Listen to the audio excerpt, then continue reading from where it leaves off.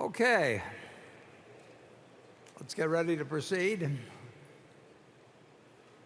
We never get any precise figures because people come and go from the meeting, but I did know that we sent out about 11,000 more tickets this year than any other year, and we had all the overflow rooms filled. We were using space in a room over at the Hilton and everything. So clearly this year we have substantial more attendance than any year in the past, and I hope the spending patterns reflect that. So with that, we'll go to Becky. Assuming she's here. I am. I'm here. Okay. Let's see. This is a question that comes, and I hope I pronounce your name correctly, Michael. It's Michael Lachek, and he says, Energy Future Holdings' likely bankruptcy is a consequence of unexpected and dramatic decline in prices of natural gas prices caused by a revolution in drilling technology. To what extent do you believe other assets held in Berkshire's portfolio, debt, equity, etc., may be subject to disruptive technological or other changes that erode business models and barriers to entry? For example, changes in consumer behavior and regulation could affect Coca-Cola. Revolution in payment systems could affect American Express. Ever-increasing rate of change in technology and competitive landscape could affect IBM. Wireless delivery of media content and urbanization could be disruptive to DirecTV. Could you also comment on whether participation of some sponsors of Energy Future Holdings, which include the very best of private equity, contributed to your decision to invest? Was a degree of crowd mentality at play, and what lessons are to be learned from the experience? Yeah, well, I would be unwilling to share the credit for my decision to invest in Energy Future Holdings with anybody else. I would think that's very unfair of anyone to insinuate that they had anything to do with that decision. That was just a mistake on my part. It was a significant mistake, and we will make mistakes in the future. All businesses should constantly be thinking about what can mess up their business model. And with Energy Future Holdings, it was a fairly simple assumption that was made that just turned out to be wrong. I mean, the assumption there was that gas prices would stay roughly as high as they were or go higher, and instead they went a whole lot lower. And at that point, the whole place toppled. They had a lot of reserve holdings, and they had some futures positions which kept them alive for a while, but that was a basic error.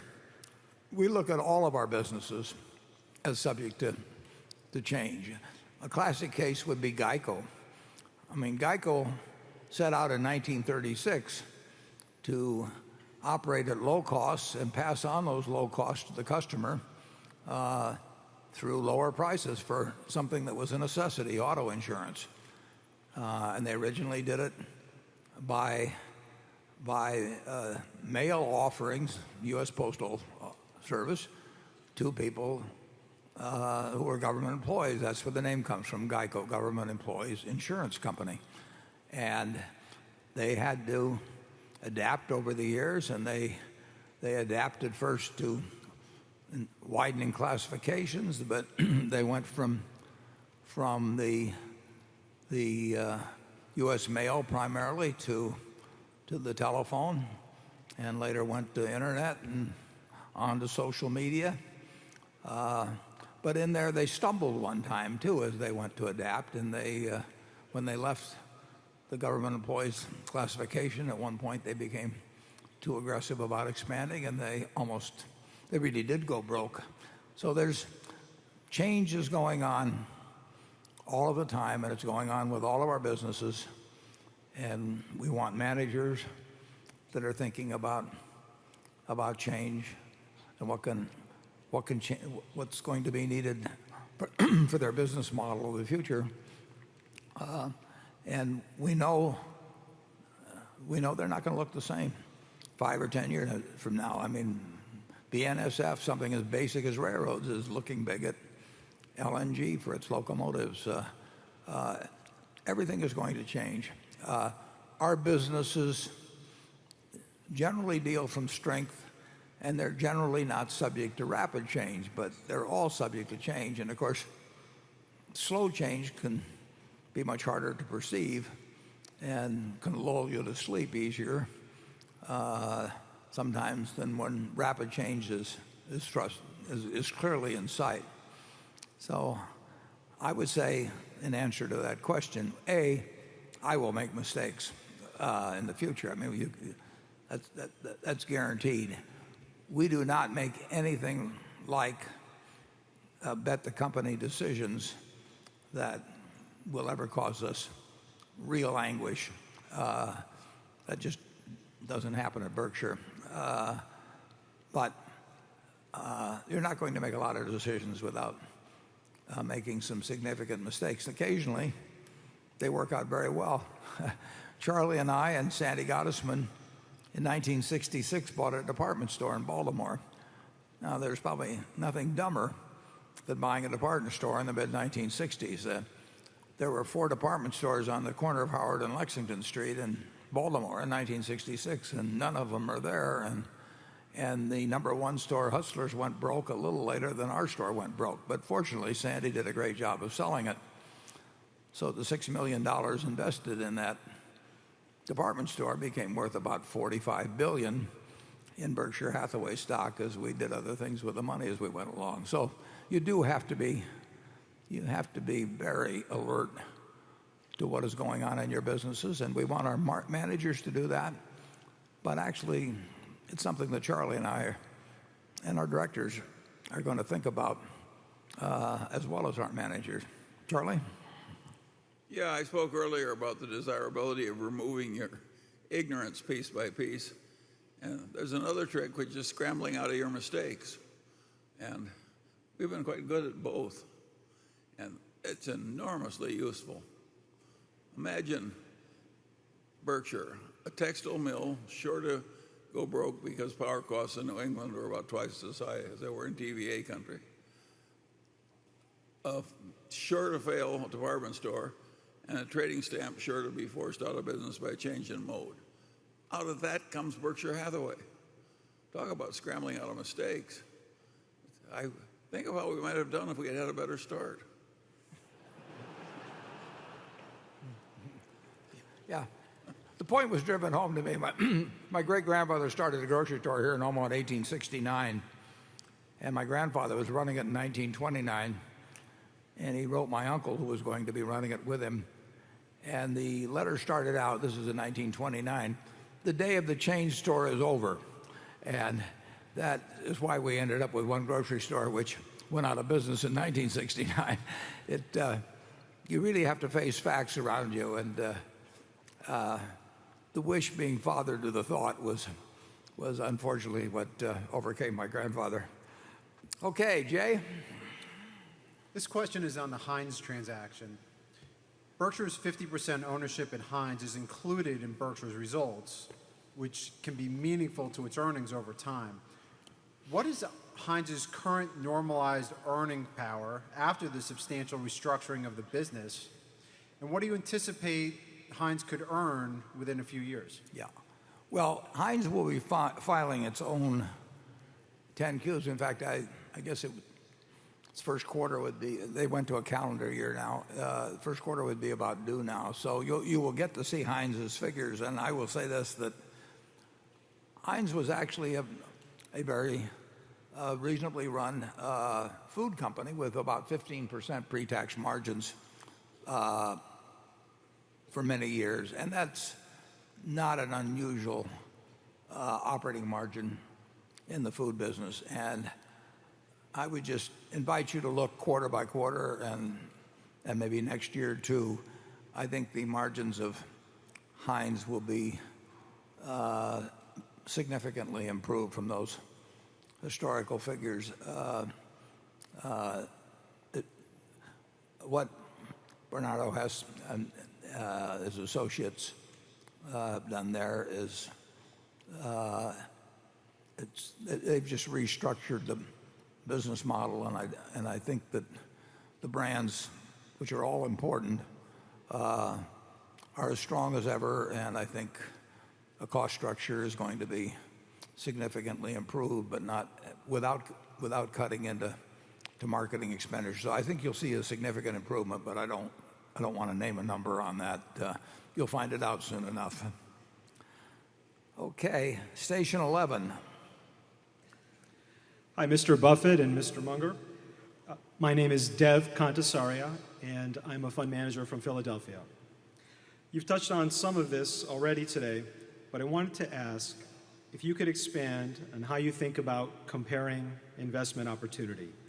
In the past, you haven't been afraid to make a single position a large portion of your portfolio, such as Coca-Cola.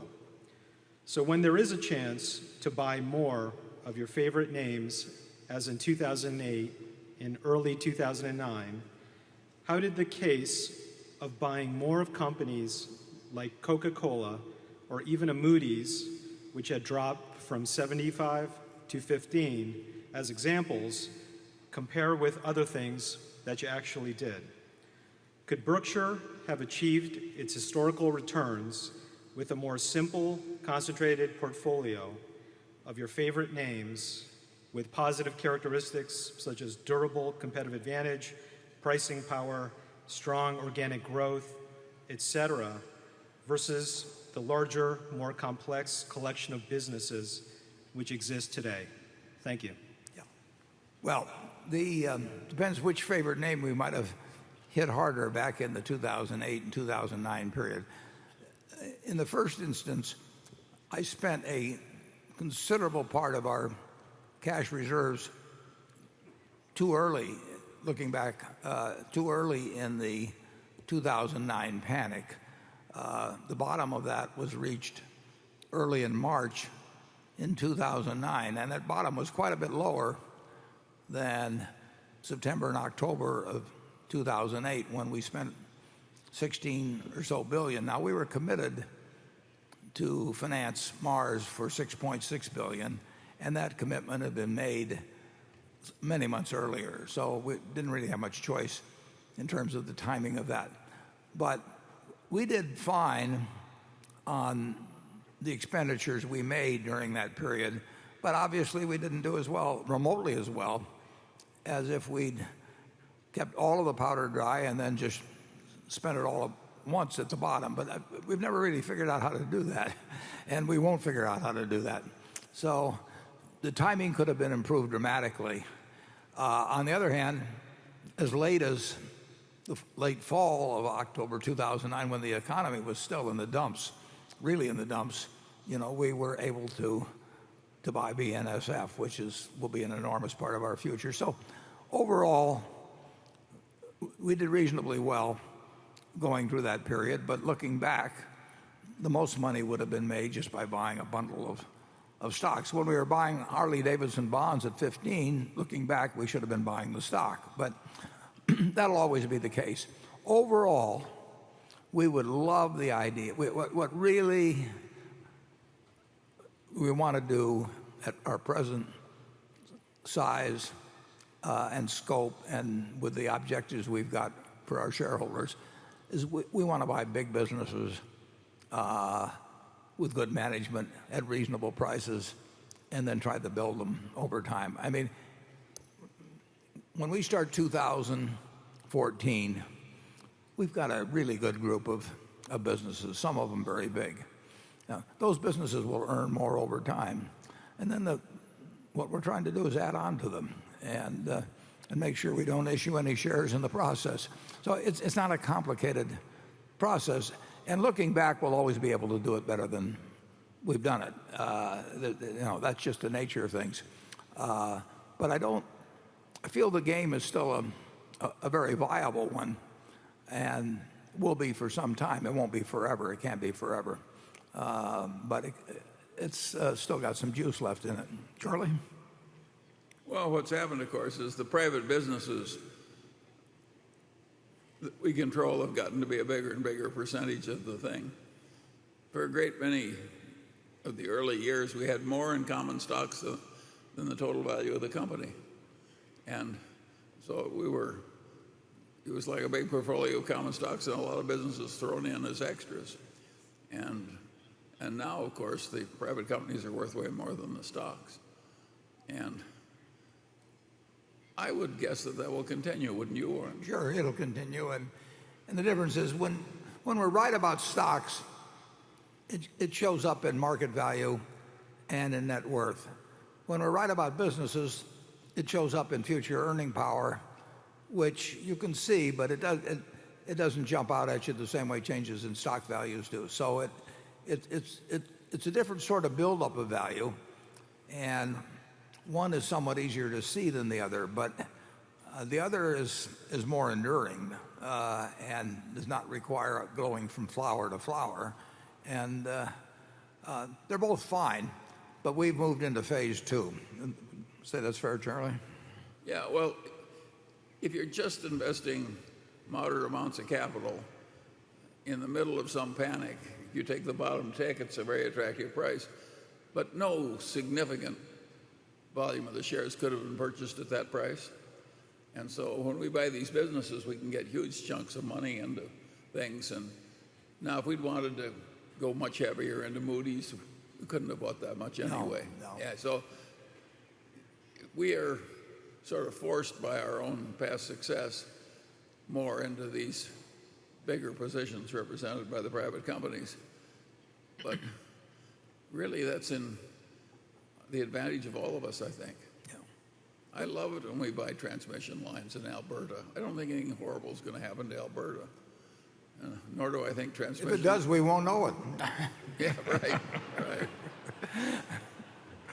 And no, I think we've adapted pretty well to changes in our circumstances.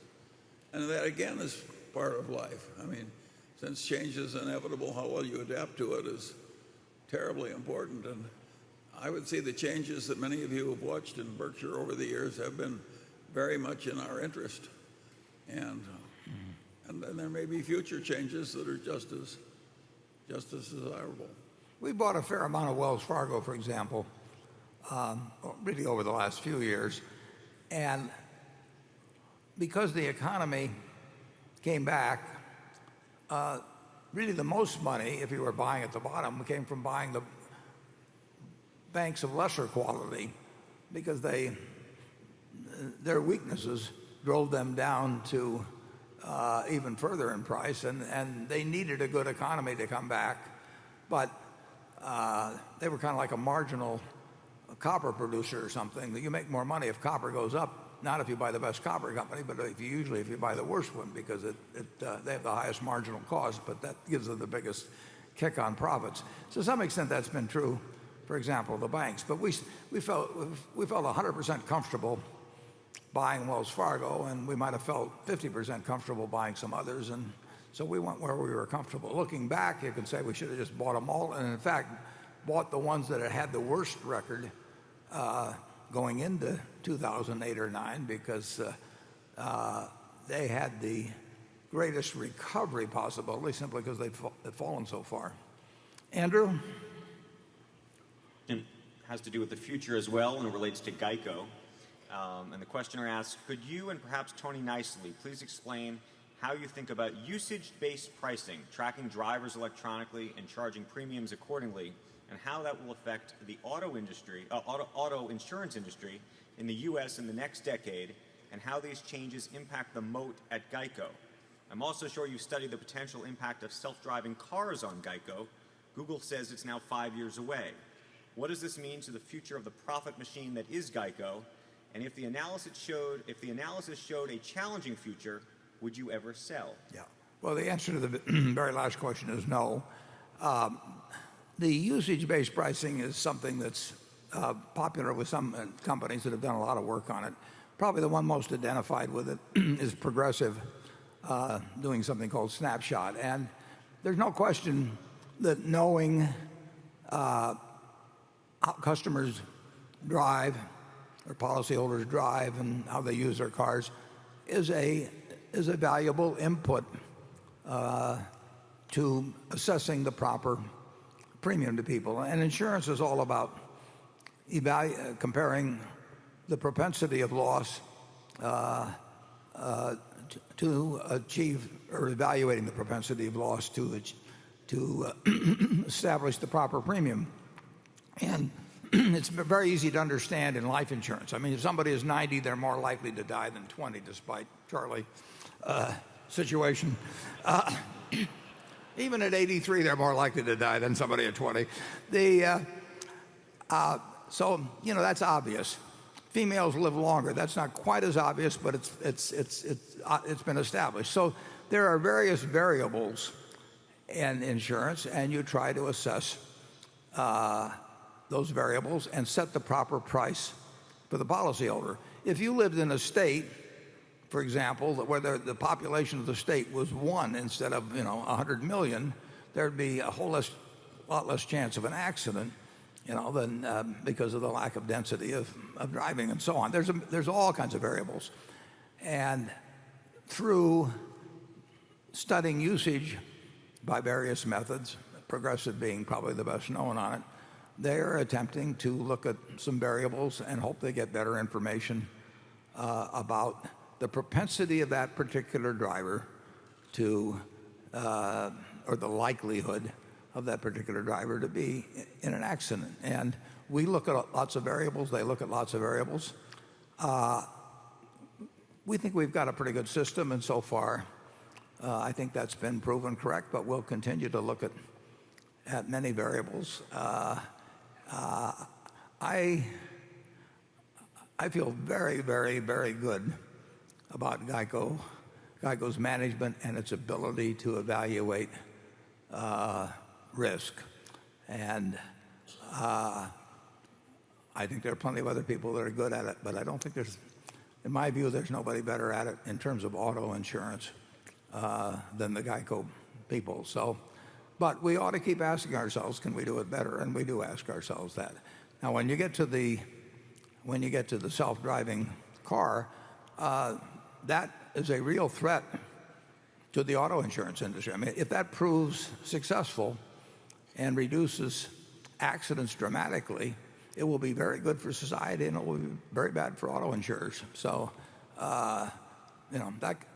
that can happen. I don't know how to evaluate over how long a period that might take, or what percentage of cars might be affected with that, but it certainly could happen, and it would not cause us to be thinking for 1 second about selling Geico. Charlie? Yeah, some of these things happen a lot more slowly than you might think. I went to a program at Harvard, at least 30 years ago, describing how color movies were going to come to the house on demand, and they were just around the corner. Well, they've come, but it was 30 years later. I have the feeling that self-driving cars having a huge impact on the market may take quite a while. Yeah. And so I'm not... That would be my guess, but we could be wrong. Yeah, it could be wrong. But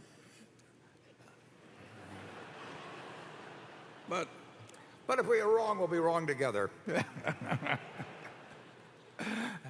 It is hard to figure out how it could have a major impact in 10 years, but it may not work at all. Who knows? But Geico will be doing more business, a lot more business, in my view, 5 years from now than now, and 10 years from now.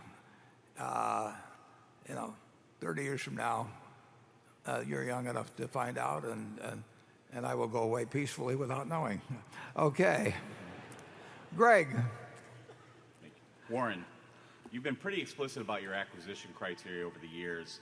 And some years ago, perhaps around the time of the ISCAR deal, you mentioned at one of the annual meetings that a concerted effort was being made to make non-U.S. companies more aware of Berkshire's positive attributes as a preferred acquirer. Yet, despite the higher proportion of large family-owned businesses in places like Europe, and the fact that over half of the world's listed market cap currently comes from outside of the U.S., Berkshire has deployed very little capital outside of the U.S., with just ISCAR and more recently AltaLink coming to mind.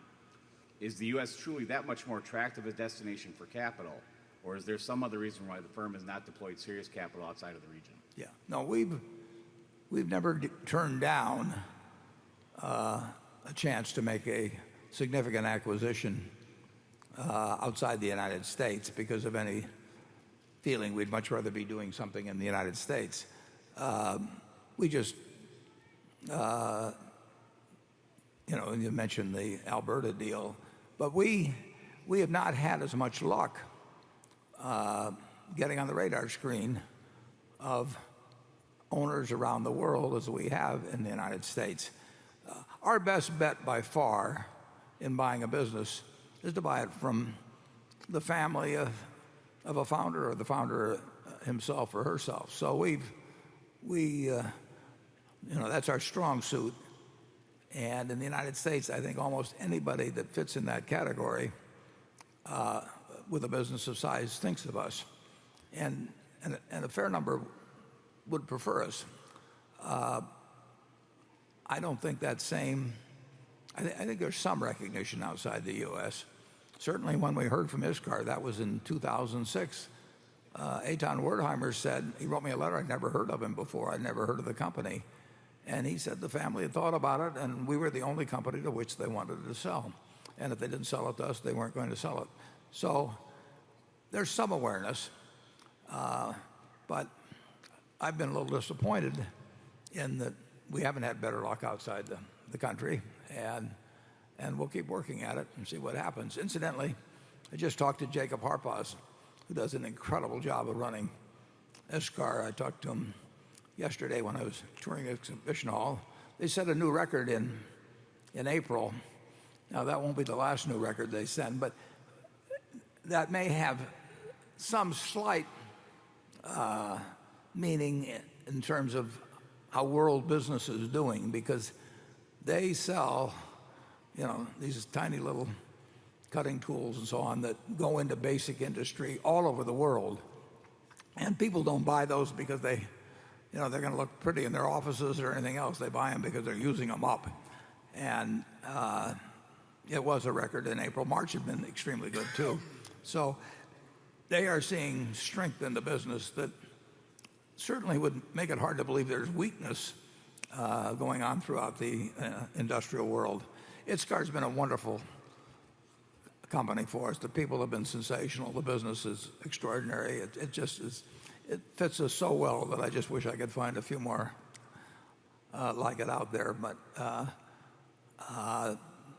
this year, aside from the one we announced yesterday, we have not been contacted by any significant ones that made sense.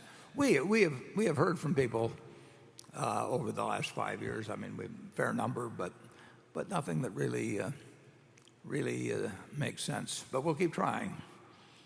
Okay, station one, we're back. Here we are. Hello, Mr. Buffett, and hello, Mr. Munger. Thank you for being extremely generous with sharing your wisdom. My name is Chandra Chawla, and I'm visiting from San Francisco. In the past, you have said that people should operate within their circle of competence. My question is, how does one figure out what one circle of competence is? It's a good question. Some of the people in the audience are identifying with it. I can hear them. It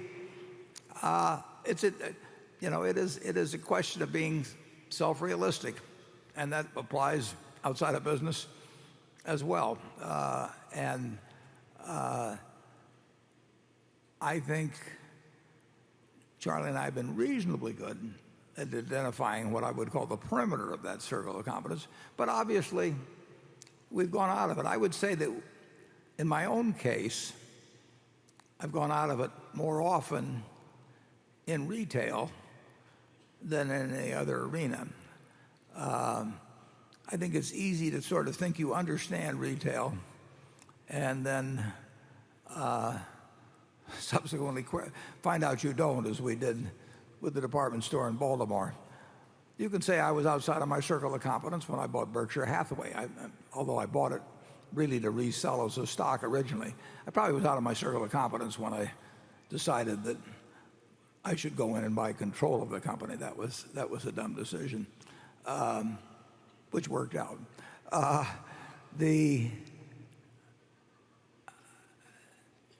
being appraising your own talents and shortcomings, I think.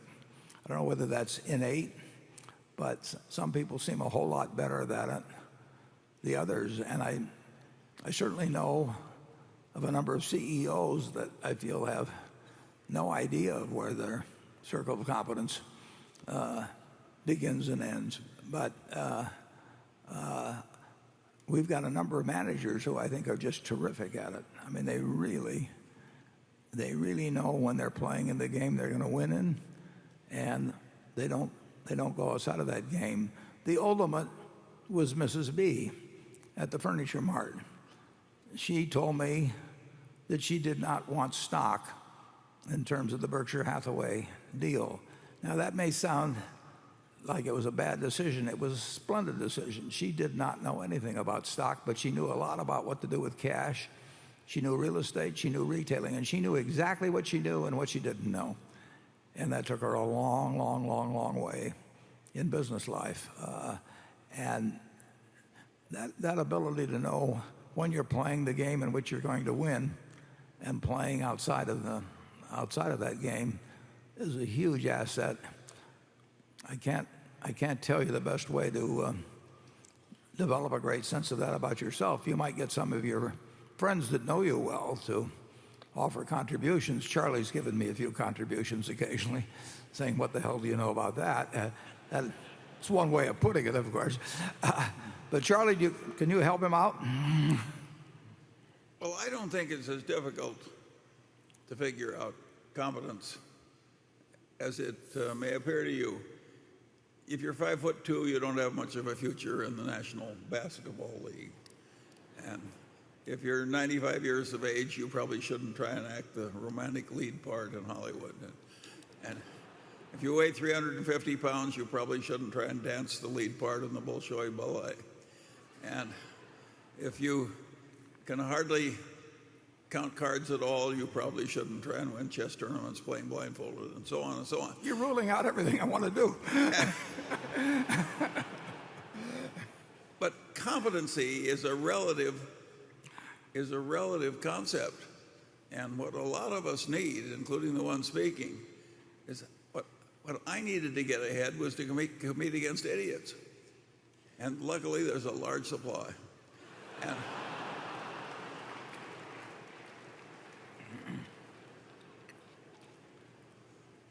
Okay, Carol. This question comes back a little to a question asked earlier about your annual performance standard comparison. Mr. Buffett and Mr. Munger, I think of you as running a rational company.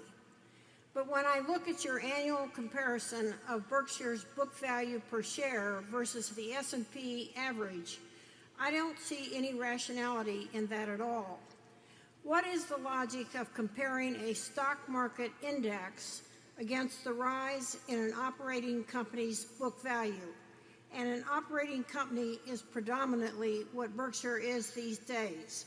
So why do you annually make this irrational comparison? let me answer that one. Okay. The answer is you're totally right. Yeah. And we do that because Warren wants to make it eccentrically difficult for himself. So if you don't understand people who like to wear hair shirts, you'll never figure out why anybody would do such a thing. It's a ridiculous way to make a comparison, but it makes it hard for Warren to look good. And he likes to climb mountains that are difficult. But it's insane, you're right.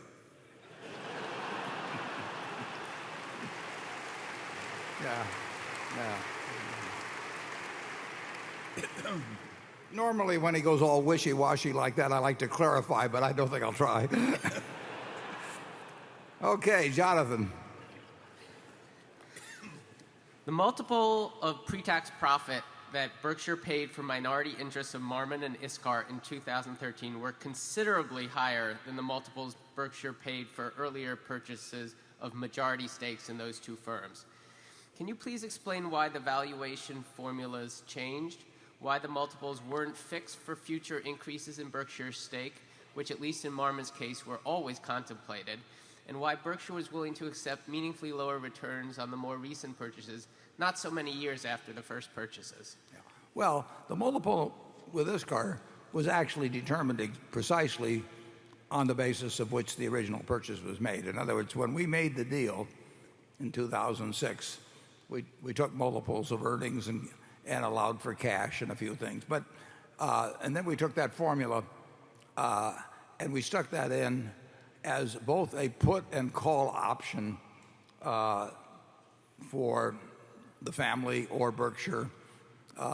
They had the put, we had the call, and we stuck that in to govern things for between now and Judgment Day, and so that there's no variation from the original formula. We would never, shouldn't say never, but our style would not be ever to call that from the family, even though we had the right to do it. The put and call were at the same price, or following the same formula. But the family elected to put it to us, but they put it to us exactly on the same basis as what was involved in the original purchase of the 80%. The Marmon deal is entirely different. The Marmon deal was an installment sale, and in effect, to make the deal and buy the originals turned out to be 64%. We intended it to be 60, but gave them the option to do more.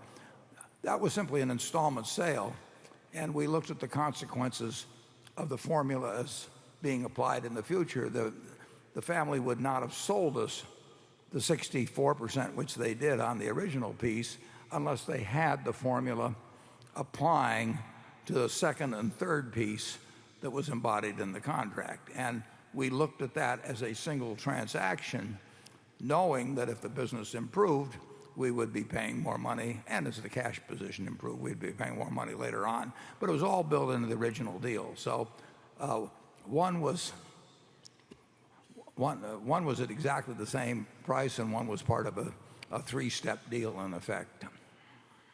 Charlie? But the price went up because the value went up. Yeah, but it was, and because it was built into. Yeah, and we'd agreed to that we'd pay value. In both cases, I should say too, both with the Pritzker family at Marmon and with the Wertheimer family at ISCAR, it couldn't have been. They couldn't have behaved better. Or the feelings are entirely good. Everybody felt good about the transaction, the initial transaction and the subsequent transaction. So it pays to have deals in which people feel good when they One thing that happened there is that we got just an enormous respect for the intelligence of those two families. The more we looked at those businesses, the smarter and better those families looked. It was just amazing what each family had done, wouldn't you say, Warren? Right. Absolutely amazing. Yeah, and those were two important acquisitions. I mean, they add up to lots of intrinsic value, and they're partly because of some accounting peculiarities, but the carrying value of the businesses is well below what the intrinsic business value is now. And by the way, that Union tank car that's within Marmon is John D. Rockefeller's old business, the first John D. Rockefeller. It's amazing how some of these good businesses have lasted. Yeah. Well, actually, the corporate form, the original corporation that is Marmon, I'm quite sure, is Rockwood and Company, which I did a cocoa arbitrage with back in 1955 or something, and that's where I met Jay Pritzker. So these things wind their way along. One thing you learn in life, but also learn particularly in business, is that you're going to meet a lot of people and entities and experiences in the future that you may have thought were one-stop shops originally in your life. Station 2. Mr. Buffett, Mr. Munger, my name is Nicholas Erdenberger. I hail from the beautiful Garden State of New Jersey. And I guess the question... Applause. So I guess this is a follow-up question to the question before. I really connect with the idea of not investing in industries you can't fully understand. Being a young guy who has limited ability to code and who can't build robots, tech is certainly not an industry I fully understand. And yet these days, the concept of entrepreneurship is nearly synonymous with tech amongst people my age. So my question to you, Mr. Buffett, is if you were 23 years old with entrepreneurial tendencies, what non-tech industry would you start a business in and why? I'd probably do just what I did when I was 23. I would go into the investment business, and I would look at lots of companies, and I would go and talk to lots of people, and I would try to learn from them what I could about different industries. One thing I did when I was 23, if I got interested in the coal business, I would go out and see the CEOs of 8 or 10 coal companies. And the interesting thing was I never made appointments usually or anything. I just dropped in, but they fellow from Omaha who looked like me couldn't be too harmful, so they'd always see me. And I'd ask them a lot of questions, but one question I'd always ask them, two questions at the end. I would ask them if they had to put all of their money into any coal company except their own and go away for 10 years and couldn't change it, which one would it be and why?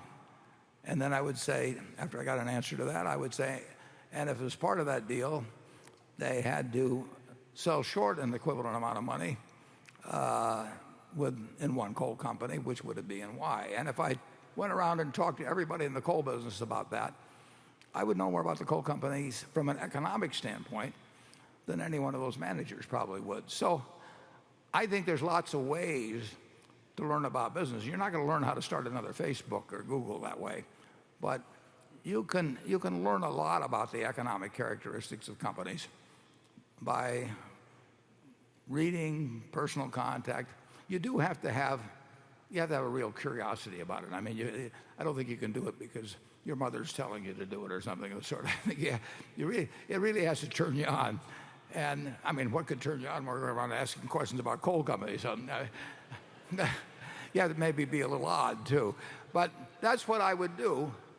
And I might, in the process of doing that, find some industry that particularly interested me. In my case, the insurance industry did. And you might become very well equipped, even perhaps to start your own insurance company, but perhaps to pick the most logical one to go to work for.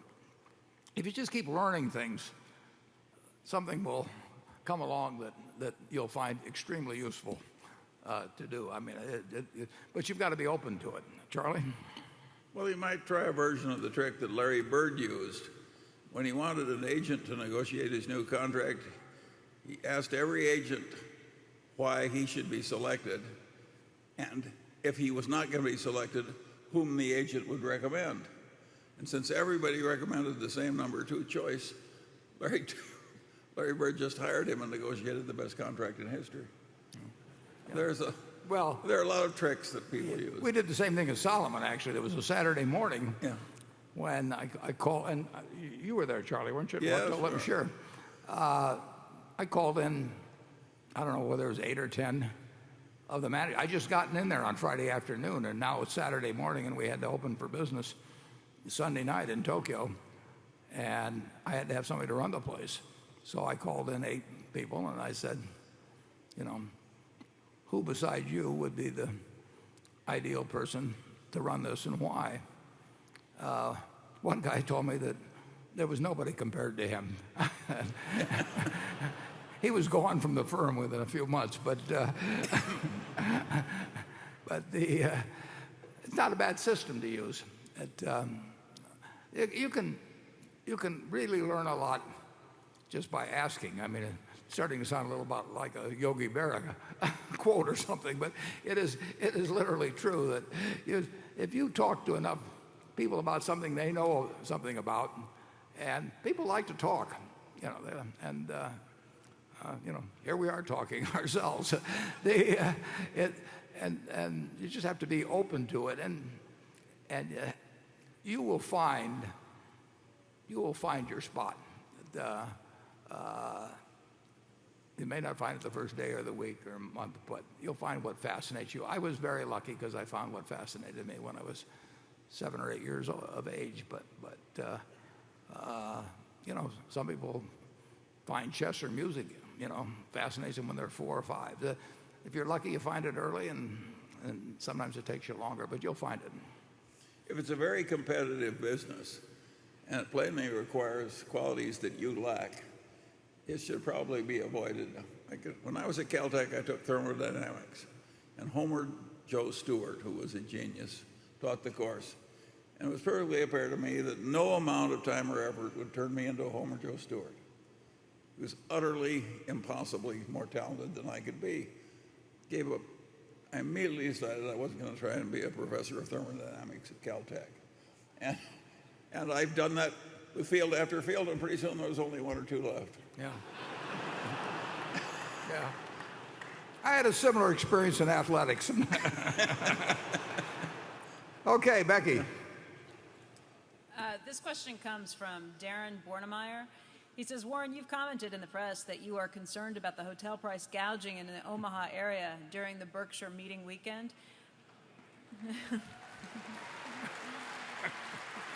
Hold your applause. You haven't heard the rest. Please elaborate further on that position, as it seems to contradict free market capitalism. Shouldn't the law of supply and demand apply in this case? Absolutely. And so therefore, since we want to increase the demand, the proper thing to do is increase the supply, right? And that's why we have encouraged, for example, Airbnb to come in, and they supplied some rooms this year. But it's very logical. If you think about most cities, the big events that come to their convention centers and use their hotels, they size themselves in deciding where to go. If you have a relatively small industry, they can pick a moderate-sized city and they can have their convention there, and they don't outstrip the supply of rooms. If you have a very big industry and you're having a convention, you have to go to some place like Vegas or someplace that has a lot of rooms, because otherwise you do throw the supply-demand out of whack. So if you have an event which isn't sized by the people that are scheduling it, can't be sized by the people who are scheduling it, then you can totally outstrip rational supply of rooms. I mean, the great case would be something like the Masters tournament. I mean, so Augusta can't size its hotel industry to Augusta, to the Masters, and the Masters isn't going to move anyplace. Well, there are certain events like that, but there aren't very many. And Omaha cannot size its hotel supply to the Berkshire meeting. It can size it to the kind of conventions it normally gets and all of that, but the Berkshire meeting is growing beyond what we anticipated. So fortunately, there's developed, and for that reason, people started putting in, what really bothered me were the 3-day minimums. I mean, I think there's something particularly irritating about somebody who's coming in for a 1-day event. They have to have a 3-day minimum. And the prices were getting high. Incidentally, the Omaha Hilton, right across the street, they've been magnificent throughout this, as have many others. But there were a few that were really pushing things, and we didn't want to cut down on the demand. We didn't want to move to Dallas, even though we're opening a store there next year. It would be kind of fun for that. But we're not going to move to Dallas. I mean, Omaha people love this event. It's an economic boon for Omaha. And people get a good impression of Omaha when they come here generally. So there's a lot of good things about having the meeting in Omaha, and we can't expect anybody to build new hotels to take care of 3 days a year. So fortunately, something like Airbnb is sort of a flex supply arrangement that seems to me to make a lot of sense for it. And I think that it will be more developed by next year, and I think that the hotels will do extremely well next year, but I don't think they can push it to the ultimate extreme of a total scarcity product, and we want them to do well, and that's why we've gone where we have. Charlie? Nothing to add. Okay. Jay? This question is on Geico. Geico continues to gain the most market share of the large auto insurers while delivering attractive margins. It also has the largest advertising budget of the auto insurers while maintaining the advantage of being a low-cost operator. My question is, will Geico, with 10% market share currently in auto insurance, eventually overtake State Farm, which currently has 19% market share in auto insurance, keeping in mind that State Farm is also a major writer of homeowners insurance coverage? Yeah. Well, that's a good question. Nobody knows the answer to that for sure, but I will tell you this. We passed Allstate this year, and State Farm is a terrific company. I mean, it's one of the great histories, has one of the great company histories in America. It was started by a farmer who had no insurance experience to speak of when he was, I think, in his early 40s. There's a book called The Farmer from Myrna, I think it is, over in Illinois, and you know, he built this incredible business based on a better business model, and that was done around 1920 or so, I believe. And then, of course, Geico came out with an even better model, but State Farm was huge by that time. Allstate was very, very large, and it's taken us since 1936 to become number 2. Now, I have some projections that if I live to be 100, that we should be number 1, and I tell Geico I'm going to do my part. So the rest is up to them. We will gain share, in my view. We will gain share month after month, year after year, as long as we never forget that our job is to take extremely good care of the customer, and as long as we can properly rate risks. We've got some basic advantages that will enable us to do that as long as we take care of those two matters. And Tony Nicely has done a job that belongs in World's Hall of Fame in terms of achieving that objective. The 15 years prior to Tony taking over, roughly 15 years, maybe 14 years, the market share had hovered around 2%, and maybe 2.1 or 2.2.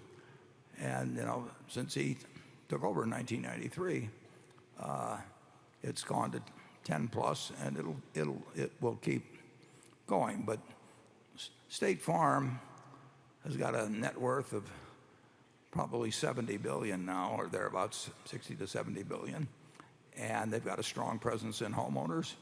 They've got a strong agency force. They've got a lot of satisfied customers.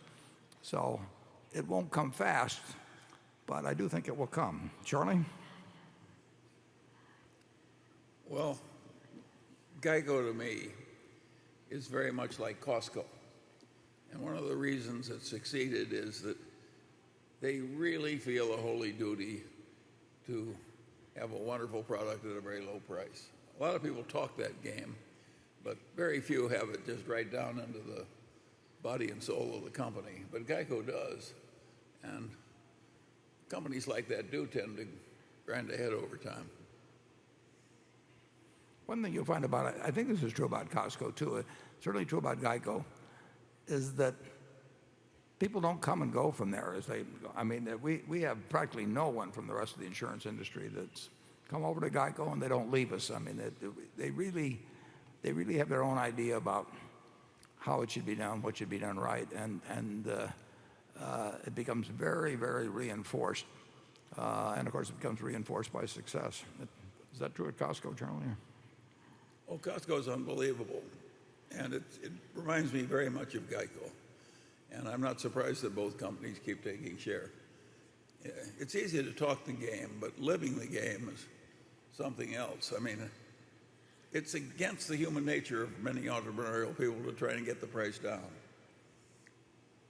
and the service quality up all the time. I mean, it's like wearing the ultimate hair shirt, and yet it works.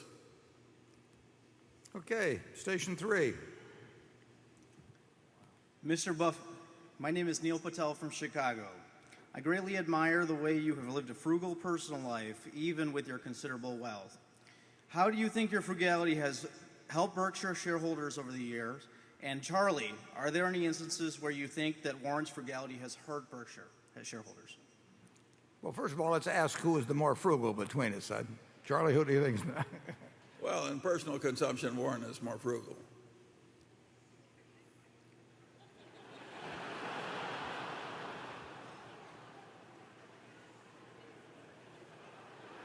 Would you care to give an example? Warren lives in the same house he bought for a very modest price, what, in 1950 something? I bought it in 1958, and you moved into yours about 1960, didn't you? Yeah, and I paid more. But he designed his own. Absolutely. He designed his He's own more house. frugal. He did not pay an architect, right? I did. I paid an architect $1,900. It was as much as 30% of the normal price. Yeah. Notice how he remembers the details. No, I have everything in life I want. It's a very simple thing. If there's anything that money could buy, there are things money can't buy. But if there's anything money could buy that I wanted, I'd do it this afternoon. I wouldn't have any problem with that at all. I do not think that standard of living equates with cost of living beyond a certain point. I mean, up to a certain point, there's no question that it does. I mean, in terms of having good housing, good health service, good food, everything. But good transportation. But there's a point, I think, if anything, you start getting inverse correlation. My life would not be happier. In fact, it'd be worse if I had 6 or 8 houses or a whole bunch of different things I could have. It just doesn't correlate. And so having everything I have, I mean, you can't have more than that. And that doesn't really make any. It makes a difference up to a point. I mean,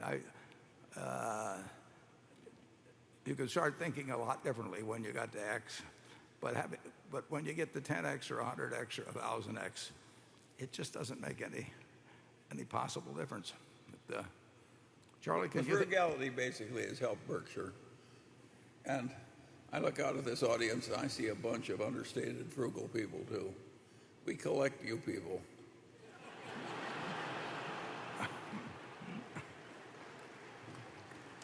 But forget about it this weekend.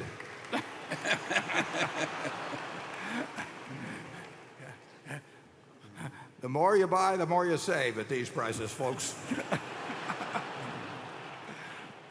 Okay, Andrew. This question comes from Azar Kadar, who's in the audience. Queens Court Capital wants you to know that he's a Columbia B School grad, just like you, Warren. Good. The question is the following. Berkshire paid $8.9 billion in taxes in 2013. Pfizer is currently contemplating an acquisition that would allow it to move its technical holding company overseas and thereby save income tax expense and create shareholder value. Is this something you and Charlie would ever consider if it would create value for Berkshire shareholders? I think the answer to that is no. What do you say, Charlie? I think it would be crazy to be as prosperous as Berkshire and get our tax to zero while we remain this prosperous. That would not be a legitimate ideal. Yeah. We could not have done Berkshire in any other country except the United States either. And just look at what we've acquired and everything. I mean, America has, in a very, very, very big way, helped Charlie and I become very, very, very rich. Charlie? I've got no complaints, and I look around at this group. I see you at breakfast. It's a very happy group of people. I don't think a lot of people are gnashing their teeth that somebody else has a little more. But we don't pay. I don't want to make it holier than thou, this stuff. We don't pay anything beyond that. When we get all through figuring that tax on our 20,000 page plus return, we don't add a tip of 20% or 15% or anything. And we do certain transactions which are tax driven. We're in low income housing tax credits, which actually George Bush 41 congratulated me for, so it's bipartisan. We the wind energy deals we do, the solar deals we do, they are tax driven to I mean, they won't make economic sense otherwise. So we follow the rules, but we don't begrudge the taxes we pay. We've earned a lot of money while paying U.S. taxes. Okay, Greg. Warren, Burlington Northern's main competitor in the West, Union Pacific, generates around 10% of its revenue from freight moving to and from Mexico. It also owns a 20% stake in the large Mexican railroad Ferromex. Given the expectation for strong auto production growth in Mexico, with 30% more capacity coming online in the next 2 years, and the potential for additional near-sourcing manufacturing in Mexico, how attractive do you find the Mexican freight market? And assuming that the answer to that question is positive, would it not be a greater benefit to Burlington Northern to own the smallest Class I railroad, Kansas City Southern, which generates about half its revenue from its Mexican concession, rather than just receiving cargo from the firm? Yeah, Union Pacific has a big edge in terms of Mexico. I mean, their route structure is such. I think they cross the border at 6 different places. Their route structure is far better than ours in relation to Mexico. And Kansas, it's true as you say, that Kansas City Southern has a very significant presence in Mexico. But in terms of what we can do with our money and what we see as the prospects, there are good prospects there, but there are good prospects elsewhere for traffic too. So it doesn't make sense for us, but maybe someday something will. But the math does not work for Mexico. But we'll continue. We're continuously thinking about Mexico, but we're thinking about lots of other markets too. There are lots of possibilities for moving more freight on the BNSF over the years, and we won't forget about Mexico, but we won't do anything silly either. Charlie? I don't know to say. It's awfully easy to imagine combinations that just make you rich with sleight of hand. And of course, the easiest transaction is buying a competitor.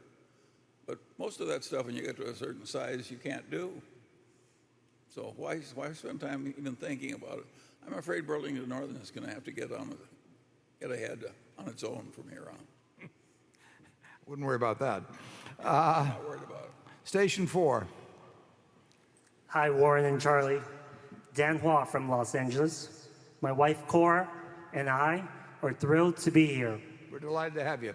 Thank you. You earlier today discussed intrinsic value, and I'm a big fan of Graham and Fisher, especially security analysis.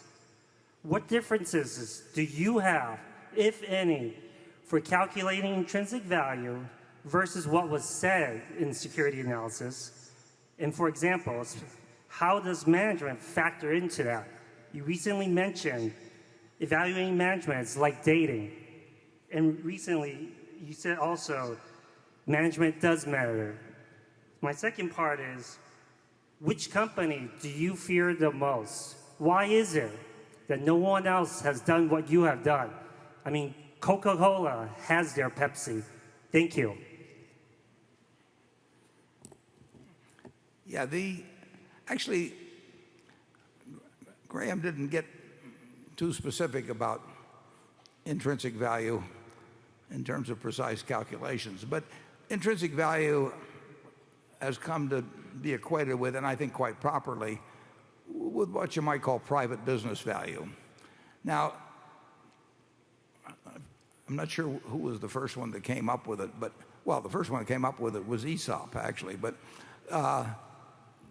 the intrinsic value of any business, if you could foresee the future perfectly, is the present value of all cash that will be ever distributed for that business between now and Judgment Day.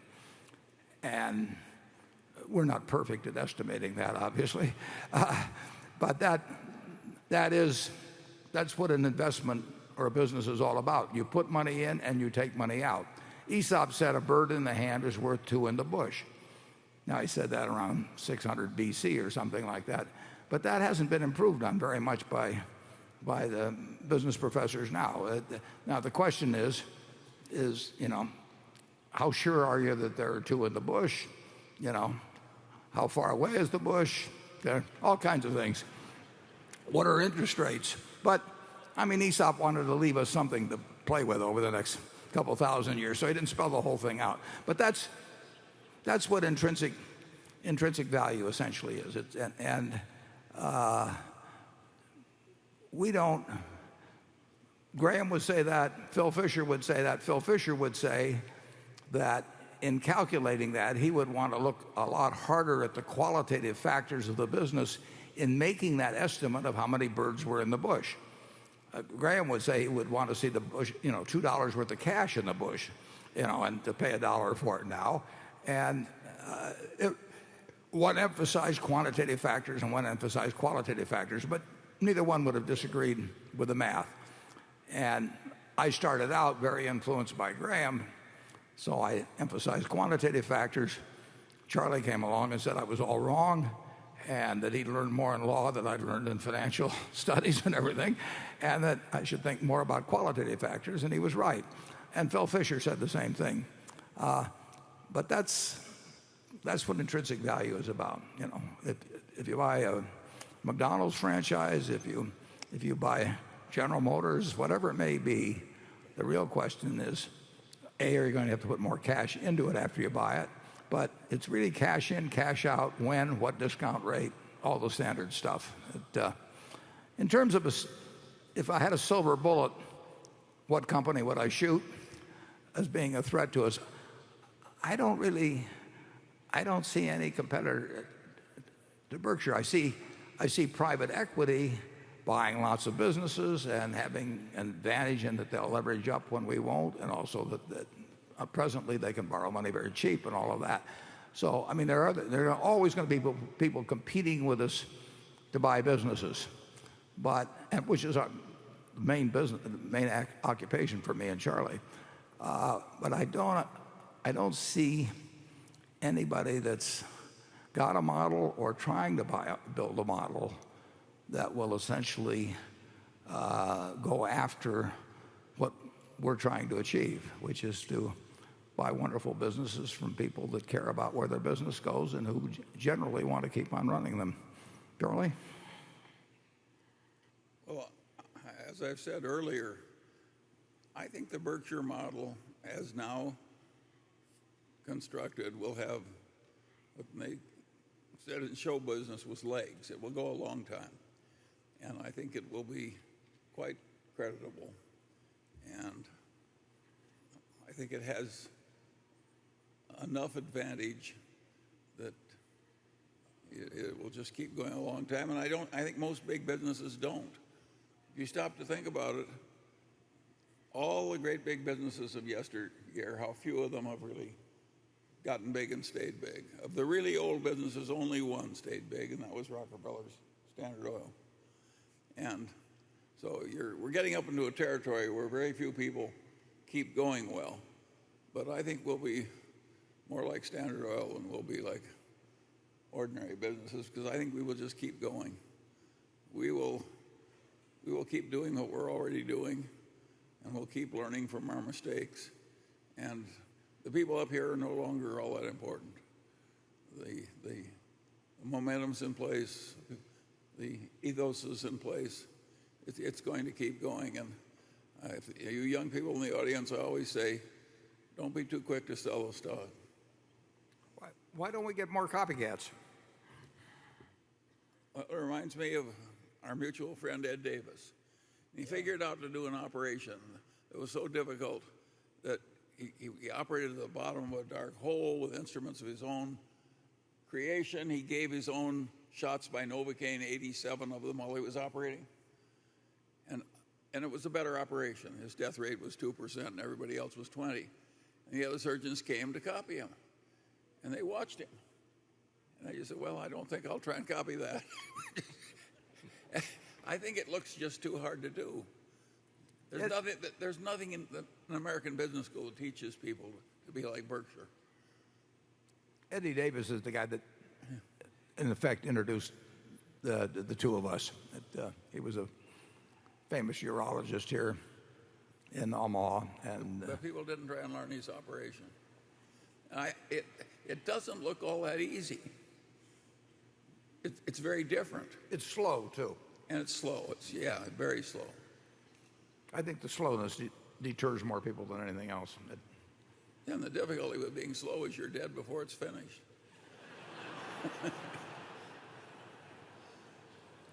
Well, that's kind of cheerful. Carol, let's come up with something a little. For a more cheerful subject, mine is inflation. Only compared to Charlie can inflation be cheerful. This comes from Larry Pitkowski and Keith Trauner at the Good Haven Fund. In your 1981 shareholder letter, you discuss returns on equity, interest rates, and inflation, and how difficult it was for many companies to function under inflationary conditions. Indeed, that Berkshire itself was not immune and could be negatively affected. Today, it seems like every central banker in the world is desperate to create inflation, something that is generally great for debtors, not so great for creditors, and difficult for owners and managers. Should investors and business owners be thinking more about inflation and higher interest rates after 30 years of declines in both? How would Berkshire behave differently if it became apparent that the future was turning inflationary? Well, inflation would hurt us, but it would hurt most businesses. It doesn't. There's certain assets that, if highly leveraged, obviously would benefit from inflation. But well, we'll set up an inflationary condition. Let's just assume tonight that drones are set up over all of the United States, and they happen to drop $1 million in every household. Now, the question is, would the country be better off? Every individual would now have or every family would now have $1 million that they didn't have the day before. The one thing I can guarantee you is that Berkshire would be worse off at that point, obviously. Obviously what I've described would be wildly inflationary. The trick in that circumstances is to find out that you've got $1 million before anybody else finds out that they have, and you'll do very well if you're first. But essentially, you don't create wealth by inflation or by having. You can move it around, but you don't create it by inflation, and you don't. A firm like Berkshire, our earnings per share would go up.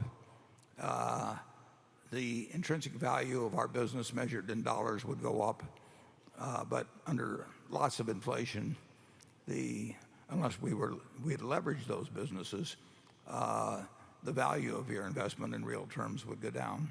Charlie? Well, we had a test of hyperinflation in Weimar, Germany, and the people who owned stocks in places like Berkshire got through, and they didn't prosper joyously, but they got through. And everybody else, practically, life insurance policies, bank deposits, you name it, got wiped out. And of course, if you create so much misery that you get a Hitler and a World War and a Holocaust and so forth, it's not a good thing to let things go that far. And so I don't like this huge confidence that all you have to do is just keep printing money and spending it. I think there's some limit to when that will work, and I am never going to forget Weimar, Germany. And I don't think any of the rest of us should either. We can handle a little bit of subpar growth for some stretch or other, but it would be quite dangerous to let the whole damn thing blow up because a bunch of crazy politicians were printing money.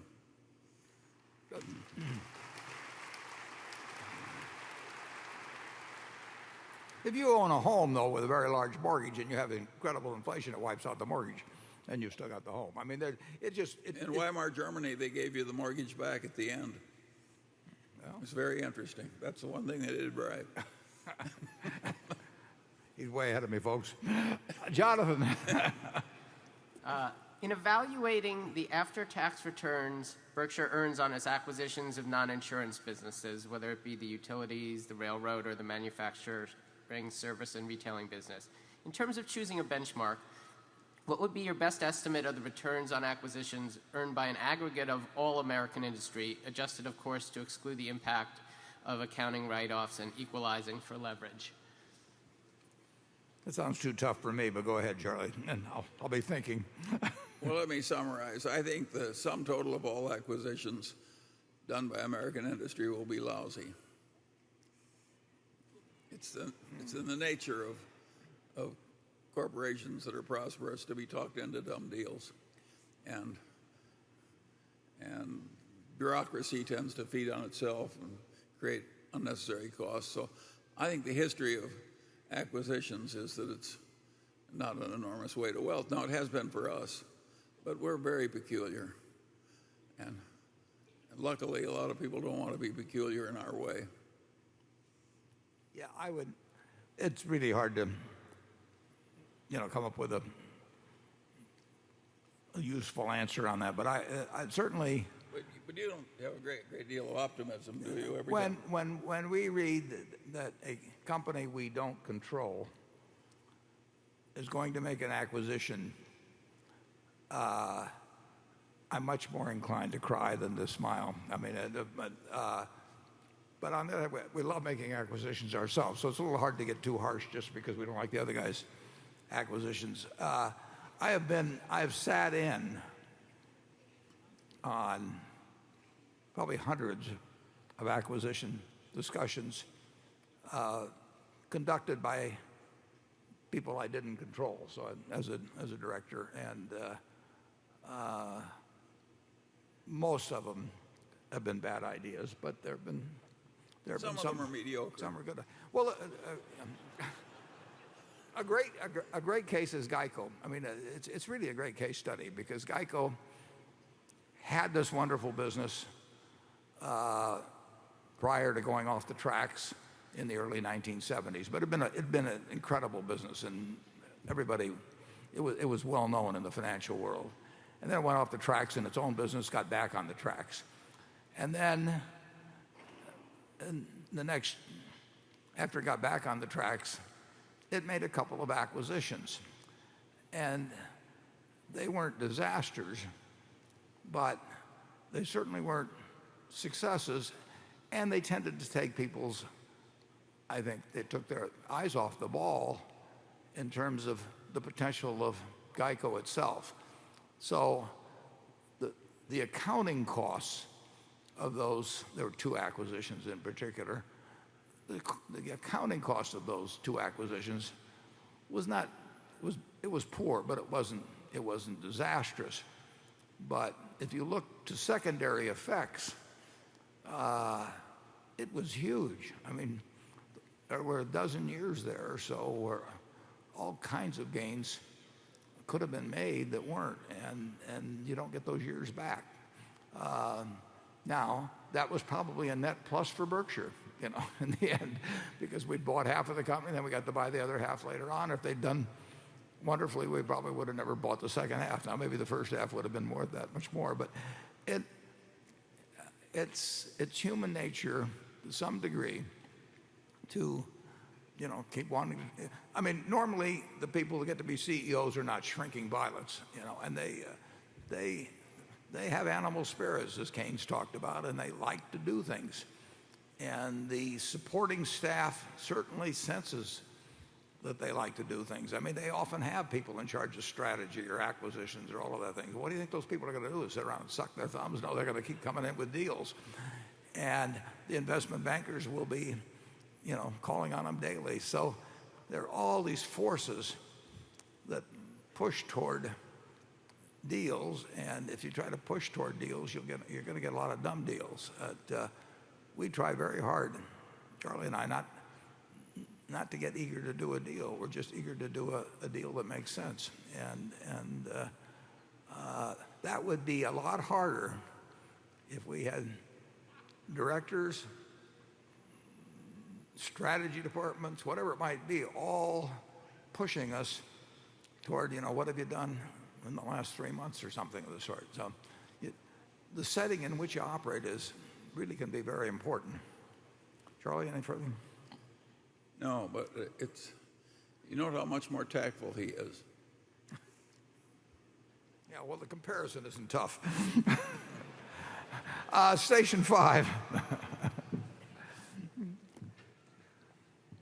I'm Russell Meriden from Neenah, Wisconsin.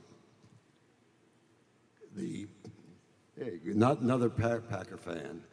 The people in this hall tonight are here because of the invested your money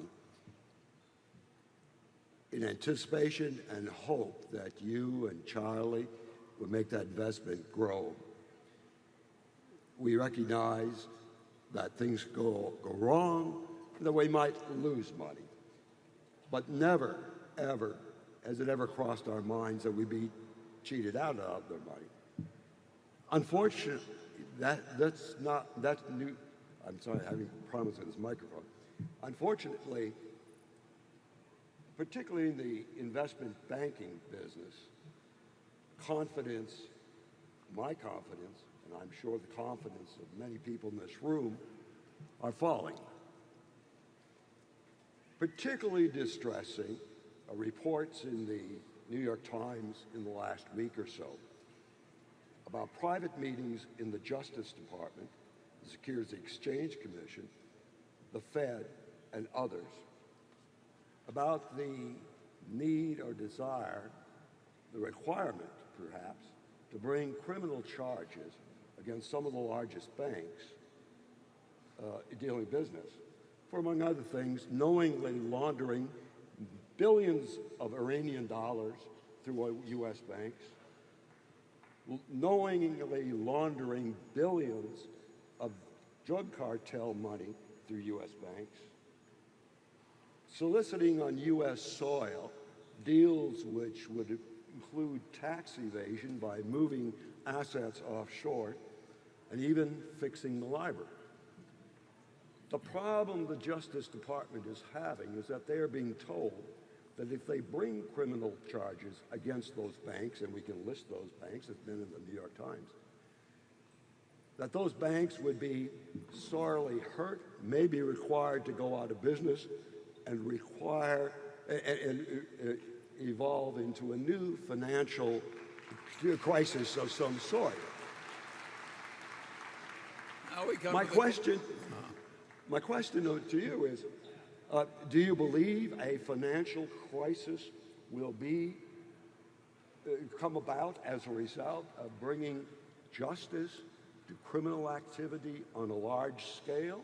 Or have we reached a new point where criminal activity in Wall Street is being institutionalized, sort of allowed to happen because they're too big to fail, too big to go to jail, and too big to be regulated to follow the law? Charlie, you're the lawyer. You take it up. Well, I think behavior on Wall Street is enormously improved as a result of the trauma we've just been through. And so I think the worst of it is behind us. But you're never going to have perfect behavior when a bunch of human beings live in a miasma of easy money. This is always going to happen to some extent. And how do you feel about the prosecution of individuals versus the prosecution of corporations? Well, I think there's hardly anything that changes behavior more than prosecuting individuals. When they took Boy Scout leaders out of Pittsburgh or wherever it was and put them in the federal penitentiary for fixing steel prices, it really changed behavior of American businessmen. So I do think that a few criminal prosecutions do change behavior a lot. And it looks to me like we'll get a few. Yeah. I may be biased a little bit by the experience at Solomon, but I lean way more toward prosecution of individuals than corporations.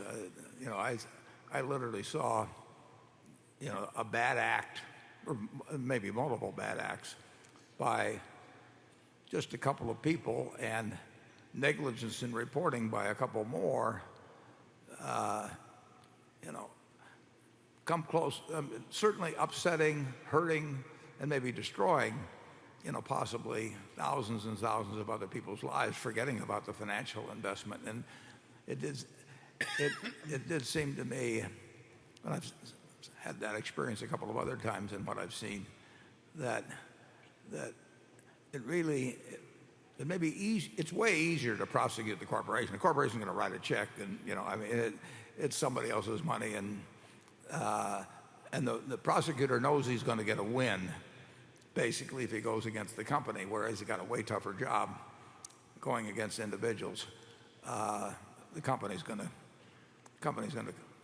cave. It's just their calculus is such that it just doesn't make sense to fight if they can write a check, whereas the individual is fighting to stay out of jail. So the prosecutor's got an easy case, or relatively easy case, and probably a headline-grabbing case if he goes against the corporation. And he has a grinded-out type of thing, which he can very well lose, and which really takes a lot of work against individuals. But I still lean very much toward going against individuals. I do too. That's what I meant when I said when antitrust violations were regarded as forgivable offenses, venial sins, we had a lot of them, and we still have some now that we prosecute people criminally. But we have really changed behavior on price fixing by the individual prosecutions, and we haven't had many of those prosecutions in finance yet, and we probably need some more. Don't you agree with that? Yeah, absolutely. Absolutely. And I will tell you this. We have 300,000 plus people working at Berkshire. Somebody is doing something wrong now. I mean, you cannot have a city of 300,000 people and not have somebody behaving badly. And that's the thing.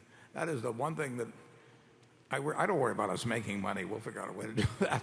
And it may be better or worse than we hope for, but it won't be a disaster ever. The disaster is if somebody is doing something wrong that actually reflects badly on the whole organization. And I know that's to a degree out of my hands. I can tell the managers, and they can tell the people that work for them that reputation is more important than anything else. And that's going to have an effect. And I think it's going to have more of an effect than giving them some 200-page manual. But it's not going to cure everything.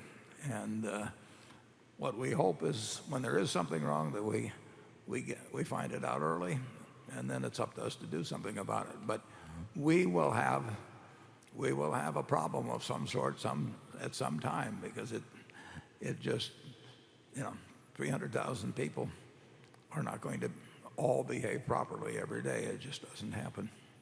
But the individual prosecution, and I've written about that a little bit in the annual report, in terms of the way to change behavior is to have the fear, at least among people who may be doing the wrong things, is to have the fear that somehow it's going to come home to them and hit them hard.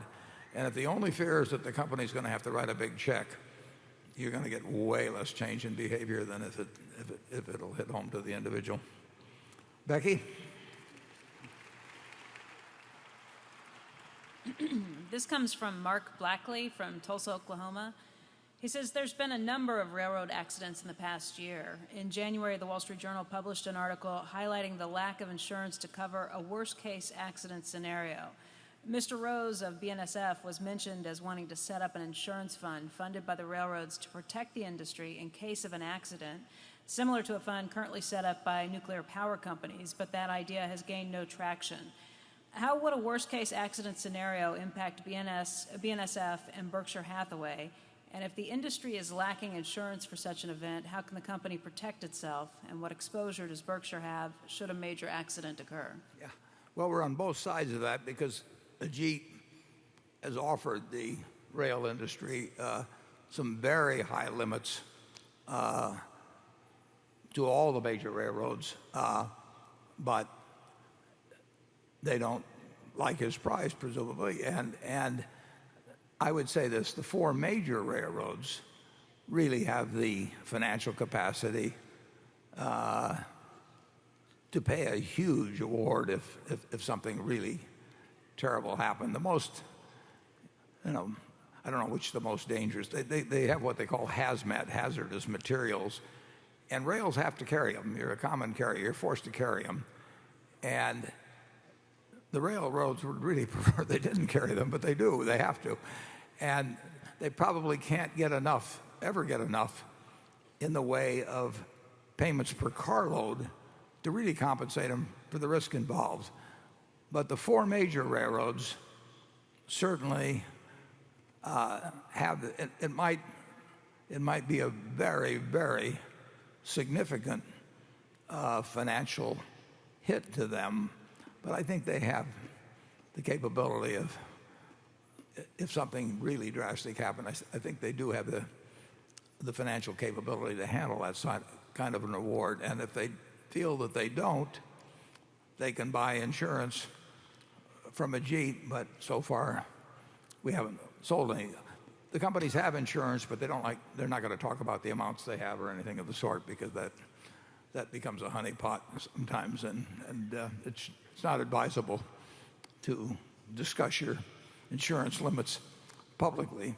But it is true, as the writer mentions, that the nuclear risk, the government decided was too big, as they have with terrorism, decided was too big to be borne by private industry. I don't think the consequences of any conceivable accident, you could probably dream up one, but of any conceivable accident on rails would go beyond the capability of the major railroads to pay. But it could be very, very large relative to their net worth and relative to their current earnings. Charlie? Yeah, the big surprise for everyone, of course, was British Petroleum. Yeah. Nobody in their wildest dreams believed that a major oil company from an accident in one well would have a loss in so many tens of billions of dollars. And of course, that's gotten a lot of attention. I don't know about Warren, but after that happened, I would have less enthusiasm for drilling in the Gulf. It was just such a big loss compared to anything. Possible gain. Any possible gain. And that was a big oil field they tapped into, but it wouldn't remotely pay for this accident. And so, but Matt will know the biggest rail accident in the history of the rails, has it cost $200 million? Is Matt there? I don't think Norfolk Southern has ever announced what that accident cost, but we are not getting paid enough, I can tell you this, for carrying chlorine or ammonia or something like that. I mean, it just, to buy appropriate insurance just to cover those kind of products compared to the revenue, I don't think it ever would make sense. But we're required they're going to move from one place to another one way or another, either by truck or in some manner, and we are a common carrier. But that's not one that keeps me awake nights from a financial standpoint. The big risk is some form of very effective terrorism or action by a rogue state in terms of nuclear, chemical, biological, or cyber. And war acts are excluded in insurance policies, but you could have some kind of a terrorist act that would create damages, whether they're liable under insurance contracts, another matter, but could create damages like we have never seen. And there's obviously a reasonable probability of that happening sometime in the next 50 years, and what that probability is, I don't know, but it's not insignificant. Charlie? Well, we saw what one pilot could do recently in this Malaysian airplane. I think we live in a world where there are always going to be big events, and I think we're lucky to some extent that we have some big corporations that can have elaborate safety programs and that can handle the losses when they occur. I don't think we'd be better off if we had a bunch of little flippers going around in the airplanes. Jay? Question is on Berkshire's primary commercial property casualty insurance business. Berkshire plans to substantially expand the Berkshire Hathaway Specialty Insurance Unit and has also become a major insurer of Lloyd's business through an Aon brokered facility. Why is Berkshire increasing its presence in commercial property casualty insurance when pricing has peaked? It's the first one that's the more important. We entered the commercial insurance field the middle of last year, and we had some wonderful talent that wanted to join us, and we have a great amount of capital, a very, very good reputation, and we think we have the ability to both underwrite more intelligently than most, to keep larger limits than anybody, and to operate at costs significantly below average. So if you put those elements together and you throw in Ajit Jain overseeing the operation, I think it's a terrific opportunity. And I think you will, and it wouldn't make any difference when we entered it. I mean, we entered it because we had these availability of some terrific people. That was the reason for the timing of it. And we've added to that group significantly. Peter Eastwood runs it, and I think we will build a very, very significant commercial insurance operation over the time, and I believe that operation will operate with better underwriting results than the great majority of our competitors. Charlie? Well, I think it's a very logical thing for us to do. And of course, when something is logical, we don't hold back because we think the business cycle might possibly be a little better. It's a long-term play. Yeah. We're not going away based on any little short-term troubles. No, it's a forever play. Yeah. And when we see a chance to enter a business we like, basically, with outstanding people and with some very fundamental competitive advantages, we're going to play the game, and we're going to play the game hard. Station 6.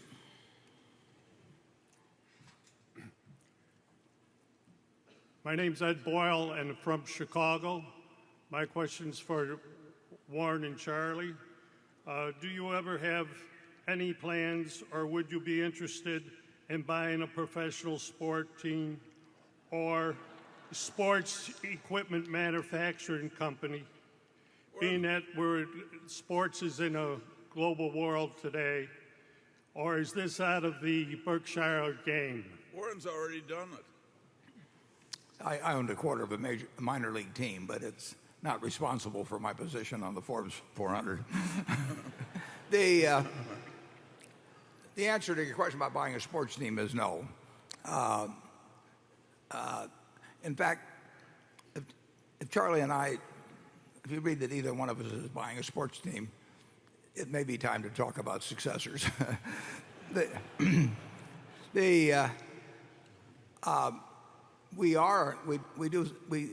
Sports equipment has generally not been a very good business, although obviously Nike's done incredibly well in its overall operation. But we own Spalding, we own Russell, and Spalding has been around a long, long time. A.G. Spalding, I forget when the hell he was. I think he was trying to take baseball to the rest of the world back in the 1880s or something like that. But it's generally speaking, if you look at the people that have made golf equipment, footballs, helmets particularly,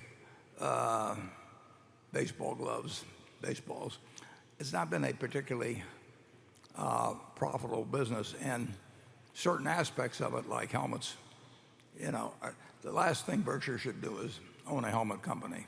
A helmet company should be owned by some guy that owes about $1 million and doesn't have a dime to his name, because he is not going to be a target, and we would be the ultimate target. That's the reason we used to be in, but we had no interest in, and we got offered the chance to buy the whole place. And the idea of owning a business that provided guards at airports, when anything went wrong, you're going to say that it was the guard's fault. And here's this super rich corporation around there that is a perfect target. I mean, a guard company at airports, again, should be owned by somebody whose net worth does not get out to two figures. So that you won't see much of us in the sports arena. But, Charlie, are you looking at the Clippers? Or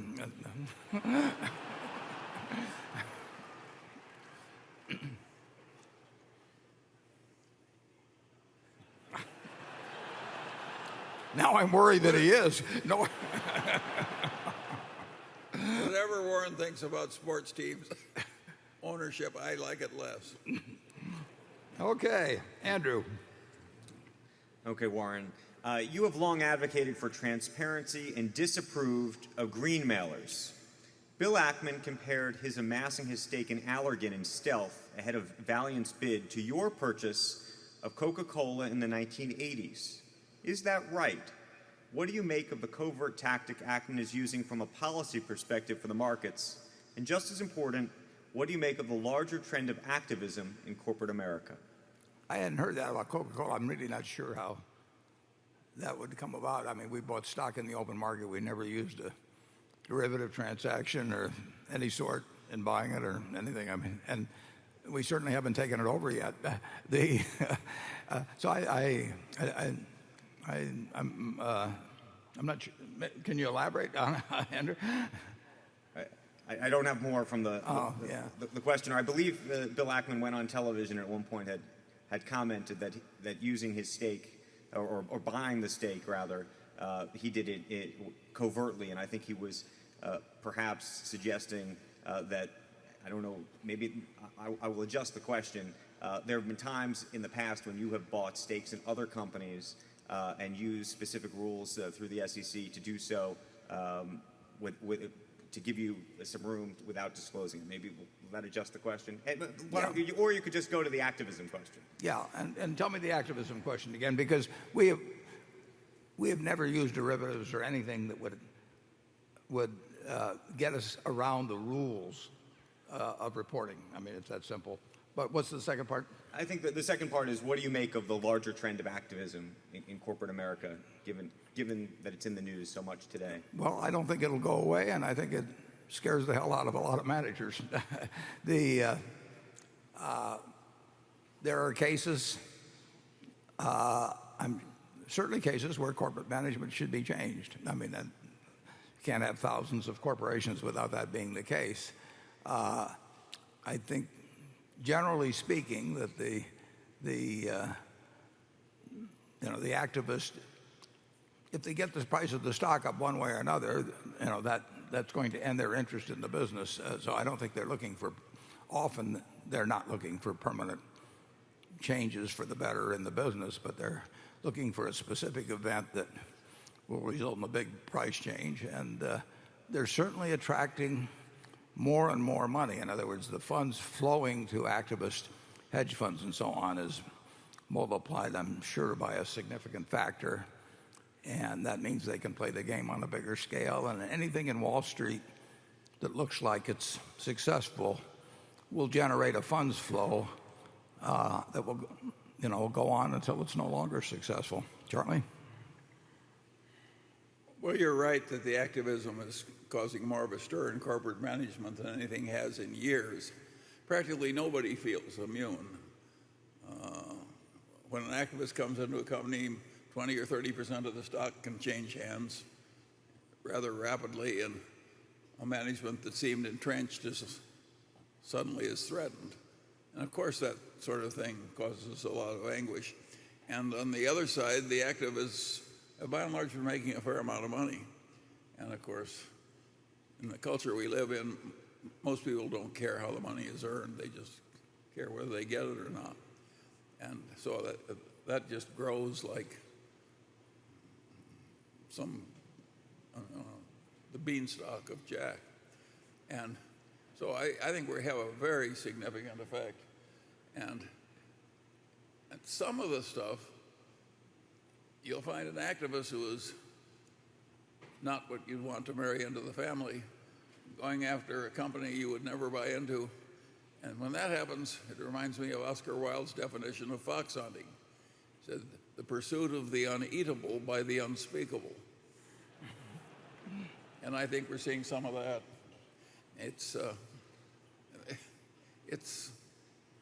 I don't think it's good for America what's happening. Where do you think averaged out? Where do you think it'll be 3 years from now? Bigger. Wow. Well, what's stopping it? Now, if it's bigger 3 years from now, it'll be a lot bigger. I mean, just the compounding of numbers. It's really serious. Okay, Greg. If Berkshire's size is expected to be an ongoing constraint for growth, does it make more sense for the firm to target a larger collection of smaller companies that are growing faster and can do so for a longer period of time, rather than looking to bag a big elephant that is in all likelihood already reached maturity, leads the firm to sit on larger than normal cash balances for a longer period of time, even if it means paying a higher price for the growth? And if the answer is no, then what is the opportunity cost to Berkshire shareholders for keeping a lot of excess cash on hand until the right deal comes along? Well, the answer to the first is one doesn't preclude the other. You know, we'd be delighted to buy some company for $2 or $3 billion that we thought would do very well over time. But that applies to one for $20 or $30 billion. Now, if you get down to buying one for a couple $100 million, that may fit one of our subsidiaries to do that knows the business. But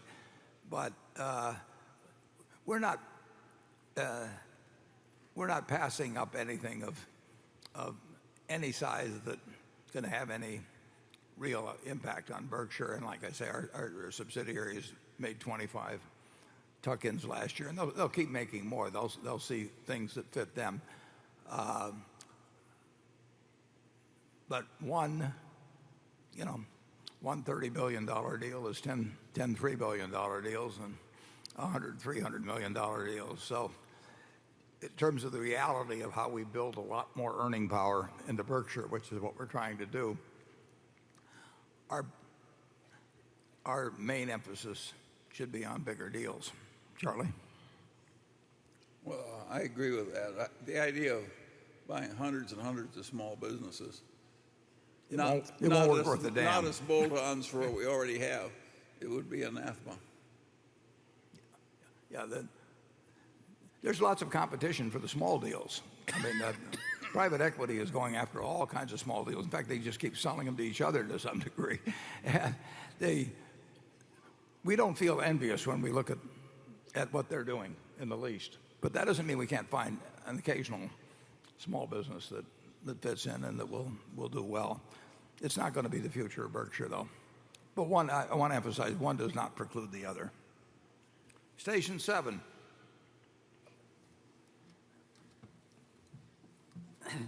Ollie Larson from San Francisco. You both mingle with the smartest investor in the country, something that I don't have the opportunity to do. So to my question, what is the most intelligent question you have been asked recently on investing, and what was your answer to that question? Charlie, you can go first on that while I think. Well, I've already done that when I answered the young gentleman who said he couldn't understand why Warren compared Berkshire's book value increase to stock market index performance. In other words, there are a lot of interesting questions that don't get much attention, where there's a lot of irrationality. the question you asked, I get that frequently from the college students that come out. They say, what's the most intelligent question that you've gotten in the past? And I never come up with a good answer, and I'm not coming up with one I don't like today. the question, do you? No. That's why I don't think it's quite fair. That's why I let you go first. Yeah.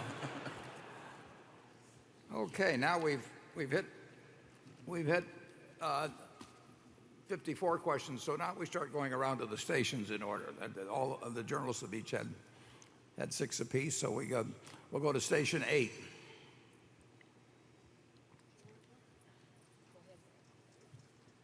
Philip Case, Manchester, New Hampshire.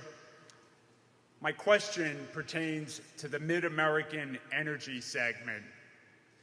On page 64 of our annual report, you provide us with segment data for each business. For the Mid-American Energy segment, when I take earnings before interest and taxes and add back depreciation expense and subtract CapEx, the result is negative operating cash flow. When I repeat that exercise for each of the past 5 years, in its best year, the segment generates $308 million of operating cash flow. When I divide that by tangible assets, the result is a return on tangible assets of 0.86%. Why are we allocating capital to a business that in its best year generates a return on tangible assets of less than 1%? You were doing great till you got to return on tangible assets. We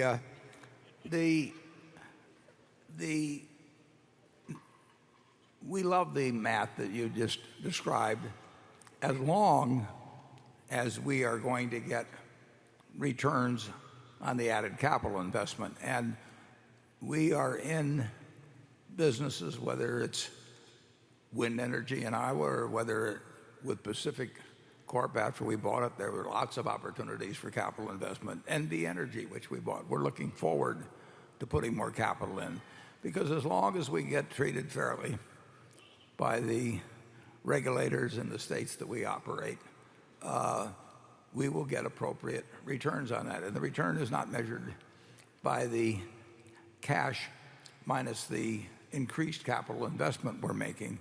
It's measured by the operating earnings after depreciation. And there will be times in our businesses where no net investment may be required, but we actually prefer the ones where net in the utility business where net investment is required, because we like the idea of getting more capital out at reasonable returns. Now, the bet we are making is that regulatory authorities will treat us fairly in the future, and we've got every reason to believe that's true in the jurisdictions in which we operate. And one of the reasons we believe it's true is because we've done so much better than really the great majority of utilities in delivering electricity at lower rates than are charged by most utilities. We have a situation in Iowa, for example, where there is one stockholder-owned competitive utility and some other municipal-owned ones. And if you look at our rates, they are significantly below those of our competitors. In fact, one of our directors has a farm where he buys from 2 different sources, one being us, and his rate from us is dramatically lower than the one from the cooperative arrangement that exists. So we have a deserved good reputation with the regulators that we're dealing with. We've improved the operations, including safety, incidentally, dramatically from the conditions that existed before we purchased the utilities. That's why they welcome us when we come to new states. And so if we can put more money into useful projects in those states, we've got every reason to believe we will get returns that are appropriate. But if you compute net cash generated from those, you will see nominal or negative figures for a considerable period as we add to our investment and we make those utilities even more useful to people in those jurisdictions. I think we'll get a fair return. We have somewhat similar situation at the railroad too, but we're very happy about both of those businesses. Charlie? Yeah, if the numbers you recited came from a declining department store, we would just hate it. But when it comes from a growing utility, we like it because we have such confidence that the reinvested money is going to do exceptionally well. It's just that simple. Yeah. Greg, two different kinds of businesses. Greg, is Greg here? You might be able to give him a few figures that I don't remember off the top of my head in terms of comparative, how our prices compare, and give him a little more of a flavor on how the utility commissions do regard us and how they treat us fairly. Sure. When you look at our rates across each of the regions, effectively we're generally the low-cost provider or in the low quartile. Your example, Warren, in Iowa is a great example. The last time we had a rate increase there was 1998. We've just currently had one this past year, so it's the first one in the past 16 years, and we don't see another one in the foreseeable future. And when you create that type of model with our regulators, obviously they're very supportive of the various projects we've introduced. So this past year we introduced a project in Iowa. It's a 1,000 megawatt project, $1.9 billion being incurred. And if you go to the gentleman's comment, yes, we're going to put that, we'll deploy that $1.9 billion over the coming 2 years, but we'll earn an 11.6% return on it. Generally, when we look at our utilities, we do pay attention to our capital. We try to keep it very close to our depreciation. That's what we put back into the business. We'll even earn on that capital. But the reality is the lion's share of our capital right now is growth capital, and we earn a very nice return on that. Greg, you might comment just a minute. I think they'd find it interesting on what's happening in Iowa with the tech companies simply because of what we're doing in the electric field, or not simply, but in part because of what we're doing in the field of electricity. Right. So when you look at the tech companies and the data centers that exist, if you just go across the river, we service Google in Council Bluffs. They've got a site that was initially a relatively small data center.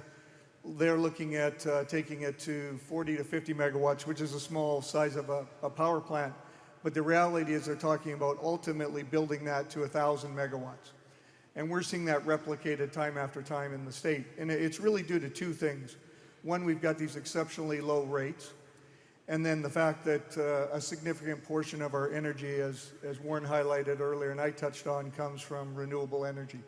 They want those credits. They want to be associated with a utility that's producing green power. Okay, station 9, please.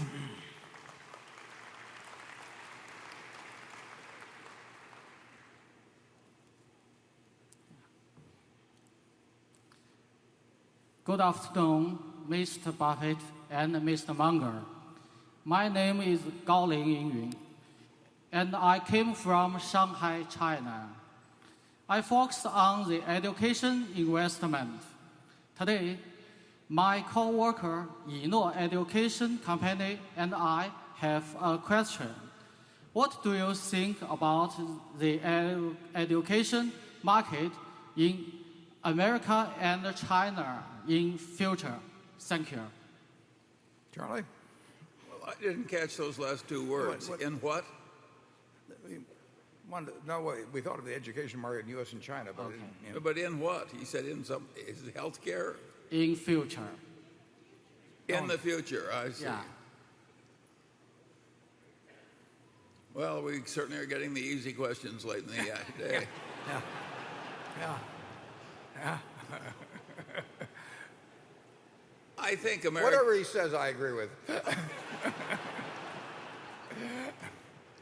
I think America made a huge mistake when they allowed the public schools and many, particularly big, go to hell. And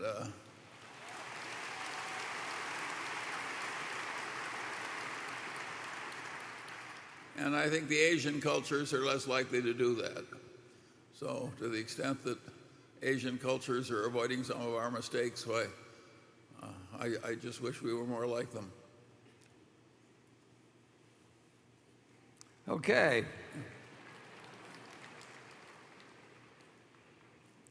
I probably shouldn't tell you this when Charlie is having a little trouble there on those last two words. I get a little worried about Charlie. Don't know whether I should talk about this, but I thought maybe he was losing his hearing, and I didn't want to confront him with it. I mean, we've been pals for a long time, so I went to the doctor and I said, "Doc, I've got this wonderful partner, but I think maybe his hearing is going on him, and I don't want to talk to him about it." I mean, how do you say that to somebody you've known that long? And what should I do? He says, "Well, you stand across the room, talk to him in a normal course of tone of voice, and let me know what happens." So the next time I was with Charlie, I stood across the room and I said, "Charlie, I think we ought to buy General Motors at 35. Do you agree?" Not a flicker. I go halfway across the room. I said, "Charlie, I think we ought to buy General Motors at 35. Do you agree?" Nothing. Get right next to him, in his ear. "Charlie, I think we ought to buy General Motors at 35. Do you agree?" He said, for the third time, yes.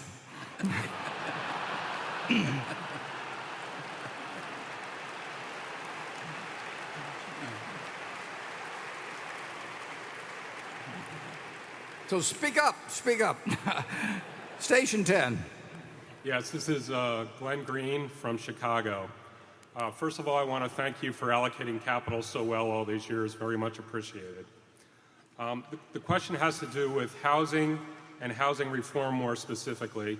There's clearly legislation in Washington, D.C. right now talking about reforming the GSEs, specifically Fannie and Freddie. Do you think we need housing reform? What would be a reasonable approach to do it? And if private participants were involved, would that make sense for Berkshire, given Ajit's actuarial skills and your ability to allocate capital? Well, I think that Charlie may disagree with that. I think that the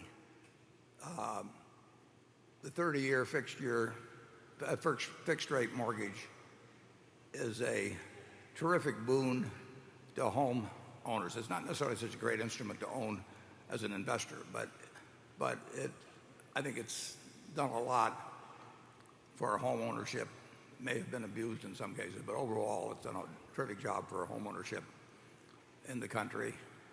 Let people get into homes earlier than they might have been able to otherwise, kept costs down to quite a degree. And so I would hope that, and the government guarantee part of it does keep the cost down. No private organizations can do it. I mean, the home mortgages are an $11 trillion or so market, and there's not the insurance capacity or remotely the insurance capacity for private industry to do the job, and the rates would be much higher. So I think you keep the government in the picture. Now the question is how you keep the government in the picture without keeping politics in the picture. We found some of the problems with that in terms of not only Fannie and Freddie doing a lot of dumb things on their own, but being prodded into doing some of those things by politicians. And I think there could be a way. I wrote an article 20 or 30 years, probably 30 years ago, an op-ed piece that appeared, I think, in the Washington Post, when the FDI, when FSLIC, the Savings and Loan guarantee operation was essentially falling apart, and suggesting for the FDIC some way to get the private sector into pricing and evaluating the risk in that case of banks, but essentially the government being the main insurer. There could well be a way such that model, and it's being explored now, that model works in terms of home mortgage insurance. I don't think we would likely be a player, because I think that other people would be more optimistic than we would be in setting rates. In the end, the government would have to be the main insurer. You might have a situation where private industry priced 5% of it, and the government took the other 95%, and in turn even guaranteed the 5% by the private industry once the private investors went broke. But I do think it's very important to get housing, the mortgages for homes, to get that a correct national policy. And I know it's being worked on, and I think it's very unlikely that Berkshire Hathaway would play any part in it. Charlie, what are your thoughts? Well, when private industry was allowed to take over pretty much the whole field, we got the biggest bunch of thieves and idiots that you can imagine, screwing up the whole system and threatening all of us. So I'm not very trustful of private industry in this field. And so much as I hate what politicians frequently do, I think the existing system is probably pretty sound. At the moment, Fannie and Freddie are being pretty conservative, and they're making almost all the home loans. I think that's okay. And I'm not anxious to go back to where the investment banks were in a big race to the bottom in terms of creating phony securities. Yeah, and I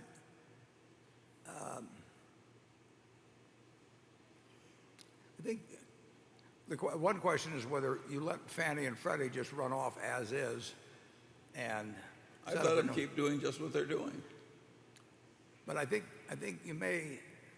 certainly one of the things that led Fannie and Freddie astray was the desire to serve two masters and increase earnings in double-digit ranges. And to do that, they started doing big portfolio activities. I think if Freddie and Fannie had stuck to insuring mortgages and not become the biggest hedge funds in the country, because they did have this capability of borrowing very cheap, very long, and therefore could get what looked like a reasonable spread on a huge portfolio action. I think that was a big contributing factor to the downfall. They became, in effect, private corporations, but they're not anymore, Warren. And they are, at the moment, being fairly conservative. There are people that want to return to being private corporations, though. Yes, but I think that's a mistake, because when they really got lousy, it's because the private companies were taking over the whole mortgage market as bad lending drove out good, and Fannie Mae and Freddie Mac, to hold up their volumes, joined in the rush to laxity and fraud and folly. And so... Would you let them have portfolio activities at all? I don't see any need for it. Yeah, I don't either. And I think that did get them in quite a bit of trouble. And I think those were done in order to keep the earnings per share game going. No, I think that particular experiment in privatization was a total failure. Okay. Station 11. And we made $1 billion out of it, if you remember. Well, I wasn't going to mention that.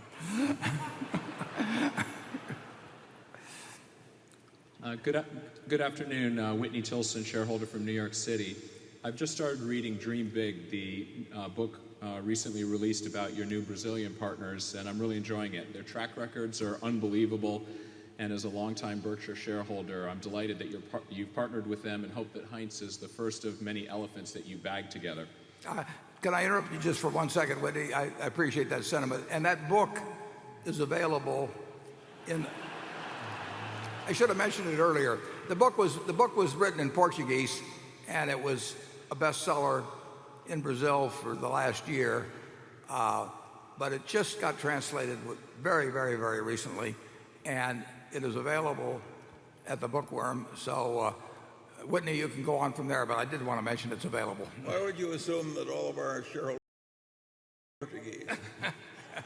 I'll also mention that it is only available on Amazon via Kindle.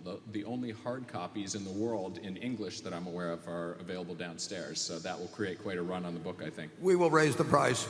Yes. So I had two questions related to this. First, I know you've known these gentlemen probably for a couple of decades, and I'd love to hear your observations on what's their secret sauce. It's got to be more than zero-based budgeting, which we all hear about. What are the key things they do that produces such extraordinary returns? And secondly, when I look at some of the biggest, best deals that you've done in recent years, important factors seem to be your longtime personal relationships, for example, with Jorge Paulo Lemann in the Heinz deal, or your brand name. The Warren Buffett stamp of approval mattered a lot to some of the deals you did with, for example, Goldman or GE during the financial crisis. And I just wonder what your thoughts are on whether your successors will have the same opportunities to do wonderful deals like this. It will become the Berkshire brand. I mean, the first year or so people will wonder about it, but the person that follows me will bring the same qualities, including the ability to write a very big check, but other things besides that. And it will be a Berkshire brand that may have started with me, but that will continue. Going on to our Brazilian friends, they're very smart, they're very focused, they're very hardworking and determined. They're never satisfied, and as I said earlier, when you make a deal with them, you've made a deal with them. They don't overreach. They don't overpromise.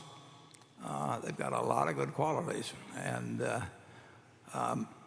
if you read the book, I think you probably learn a lot more about the qualities that made them what they are. But we are very fortunate to be associated with them. And we're very fortunate to be associated with a number of the managers that have joined us too. We want to be a good partner ourselves because it attracts good partners, and that is a reputation that Berkshire deserves. I mean, Charlie and I do our part toward keeping that reputation intact, but that takes a lot of other people also behaving in a way that causes people to want to join them, causes people to want to trust them, and that will be part of a Berkshire brand. Charlie? Yeah, I always say the way to get a good spouse is to deserve one. And the way to get a good partner... What's your second way? And the other, well, but to get a good partner, you deserve a good partner. It's an old-fashioned way of getting ahead. And the interesting about it is it still works in these modern times. Nothing changes. If you just behave yourself correctly, it's amazing how well it works. Do you have any further thoughts on the Brazilians? On what? On the success of Jorge Paulo and his associates beyond what I've laid out. Well, you can't skirt the fact that they're very good at removing unnecessary costs. Sure. And I do not consider that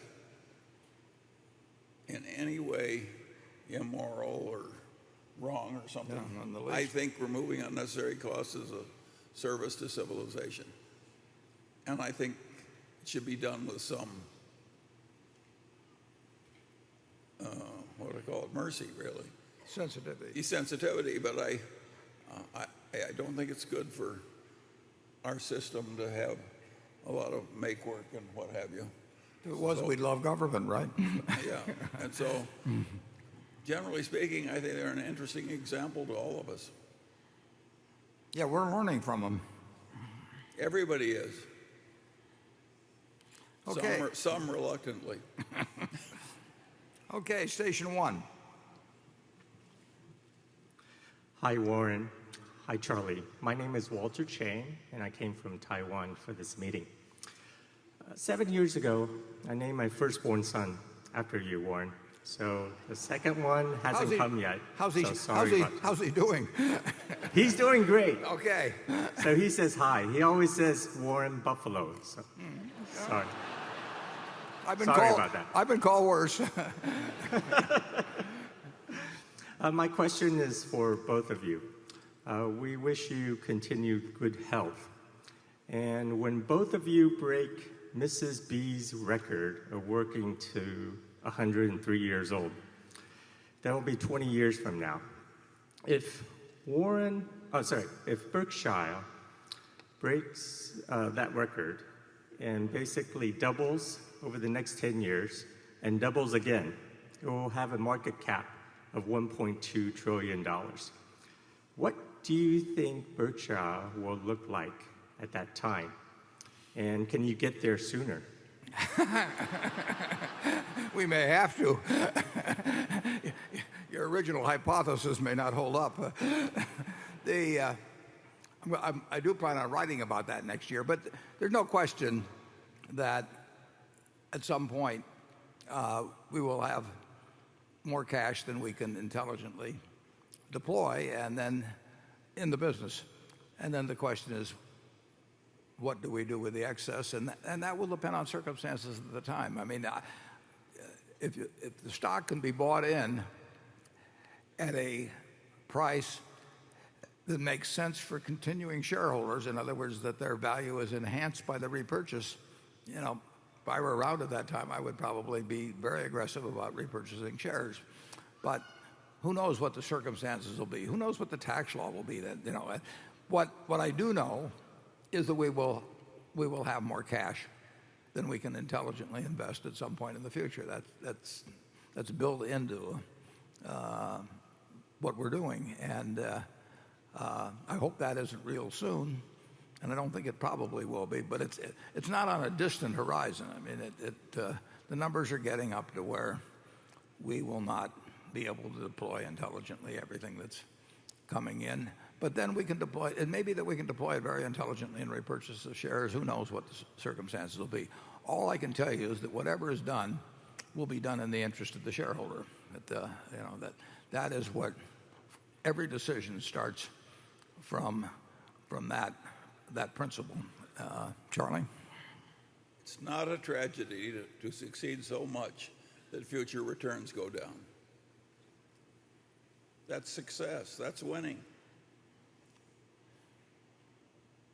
Well, they'll name his next child after you. Okay.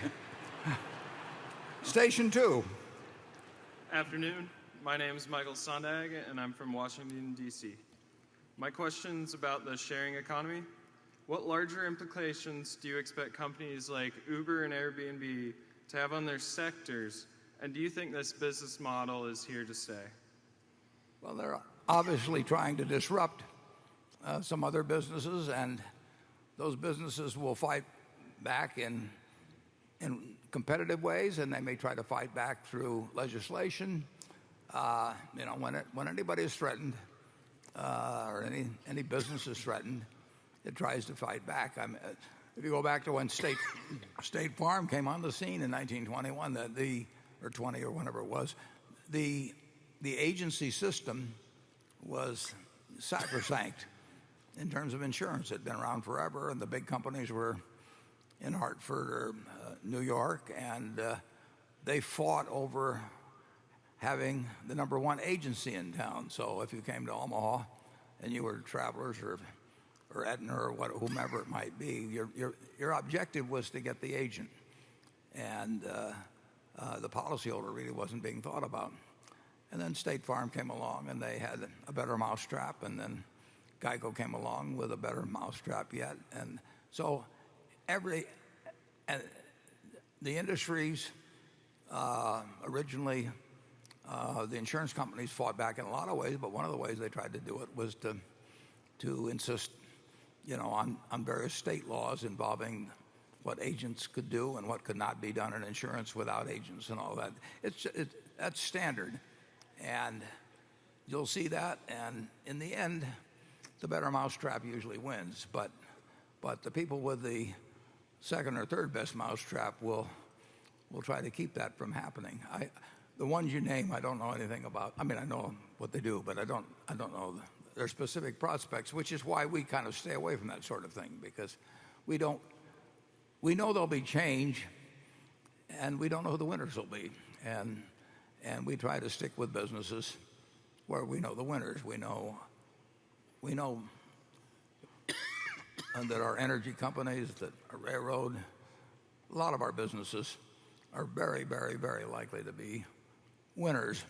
And that doesn't mean they don't have some change involved with them, but they're going to be winners. And then there's other fields where we can't pick the winners, and so we just sit and watch, and we find them interesting, but we don't get tempted. Charlie? Well, I think the new technology is going to be quite disruptive to a lot of people. And I think retailing in particular is facing some very significant threats. And you heard Greg Abel talk about a power plant in Iowa that was huge to serve one Google's server farm. When you get computer capacity all over the world on this scale, it is changing the world. I mean, you're talking about fast too. Yeah, and fast. So, and I think it's going to hurt a lot of people, just as all the past technology investments hurt a lot of people. I think Berkshire, by and large, is in pretty good shape. Where do you think we're most vulnerable? Well, I don't think I want to name them. Okay. Now you've got them all wondering, Charlie. Section 3. Good afternoon. My name is Diane Weiland, and I'm from Hollywood, Florida. I've worked in public education for over 35 years. My concern is that I think that we need to do more to proactively prepare our children and youth to be financially literate, especially in light of the serious financial stresses many adults in our society face on a daily basis. My question is, do you think that financial literacy should be a standard part of the curriculum in our nation's schools? And if so, how early do you think it should begin? And what do you think some of the most important learning goals would be? Well, certainly the earlier the better. I mean, habits are such a powerful force in everyone's life, and certainly good financial habits. I see it all the time. I get letters every day from people that have committed some kind of financial lunacy or another, but they didn't know it was lunacy, and they never, they didn't get taught that. Their parents didn't teach it to them, and digging yourself out of the holes that financial illiteracy can cause, you spend the rest of your lifetime doing it. So I'm very sympathetic to what you're talking about. We've done a little bit. I don't know whether you saw our Secret Millionaires Club exhibit in the exhibition hall. And you want to talk to people at a very young age. Charlie and I were lucky. I mean, we got it in our family, so that we were learning it at the dinner table before we knew what we were learning, and that happens in a lot of families, and in a lot of families it doesn't happen. And of course, you mentioned about childhood financial literacy. There's a big problem with adult financial literacy, and it's harder to be smarter or have better habits than your parents unless the schools intercede or probably the schools are your best bet. But it can be done a lot can be done on television or through the internet. But it is really important to have good financial habits, and I think anything you can do very early through the school system, would certainly have my vote. Charlie? Well, I'm not sure the schools are at fault. I would place most of the fault with the parents. I think the most powerful example is the behavior of the parent. And so if you're... I agree with it. The most important thing is the parents, but not everybody gets the right parents. Yeah, well, it's very hard to fix people who have the wrong parents.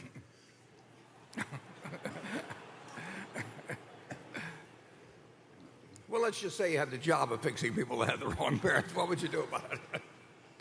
Well, let's suppose you had the job of living forever. What would you do about it? I mean, it gets to be so impractical. Who would ever believe that I would have any ability to fix all the people that have the wrong parents? How about a few? I don't think I'm good at that either. The only thing I've ever been slightly good at in my life is raising the top higher.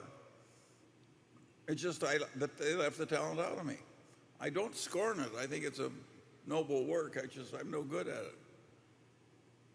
I don't think you're so hot either.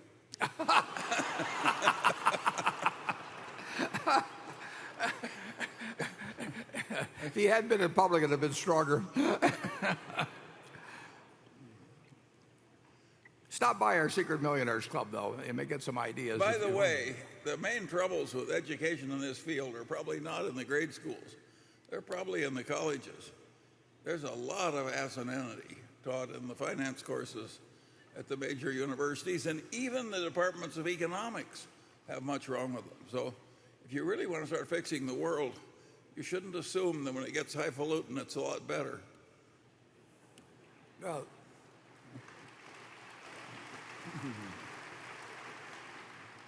there was certainly a period of at least 20 years, I would say, when I think the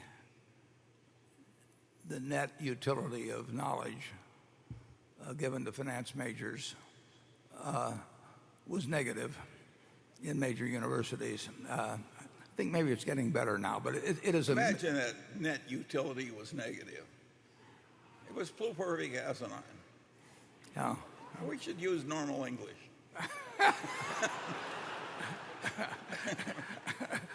I'm worried about what English you're going to use. I don't want to egg him on. Frankly, it was fascinating to me because here was something I understood. And to watch extraordinary universities that essentially were teaching people some very, very dumb things, and where even to obtain positions in the departments of those schools, you had to subscribe to this orthodoxy, which made no sense at all.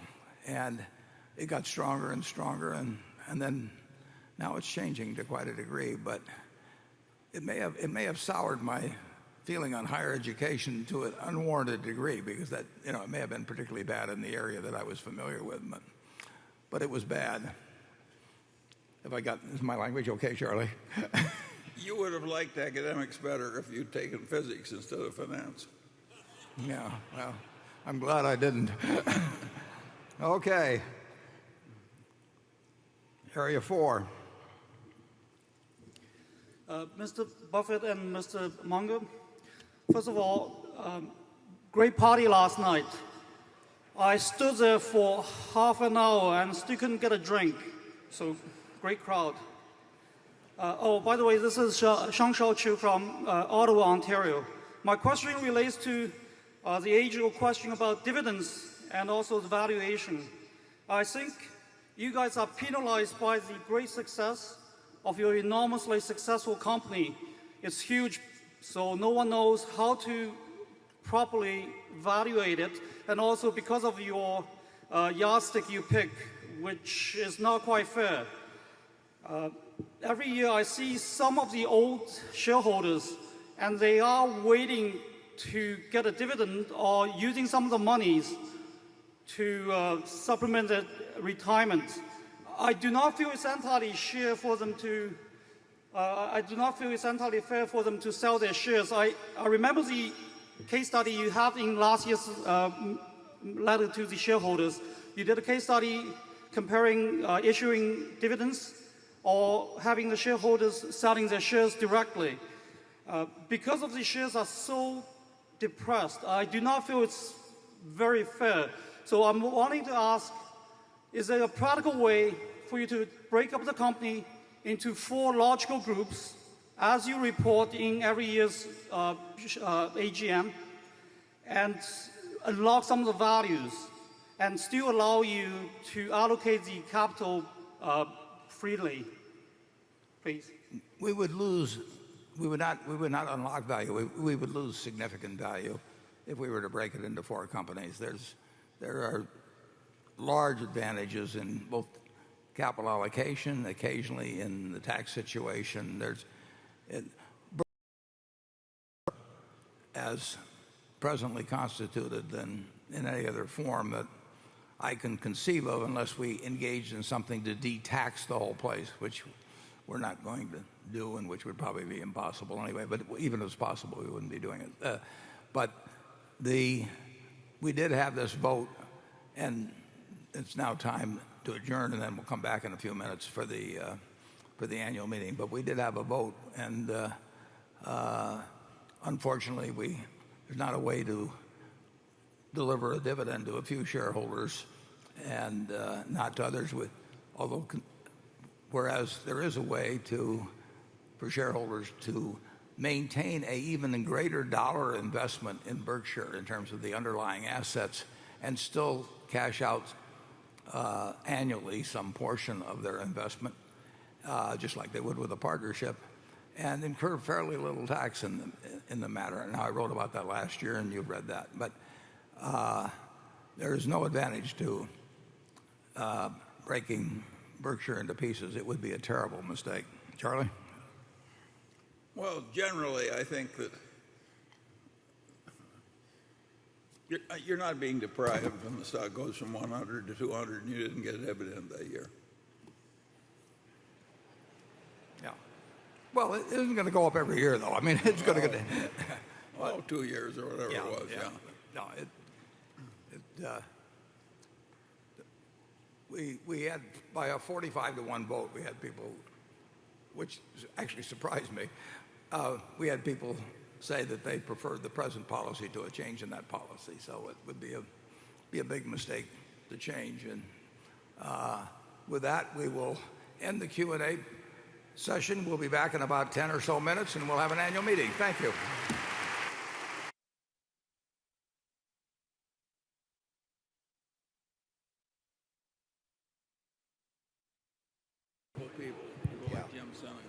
Oh, yeah. Okay. If you'll take your seats, we'll get on to the meeting.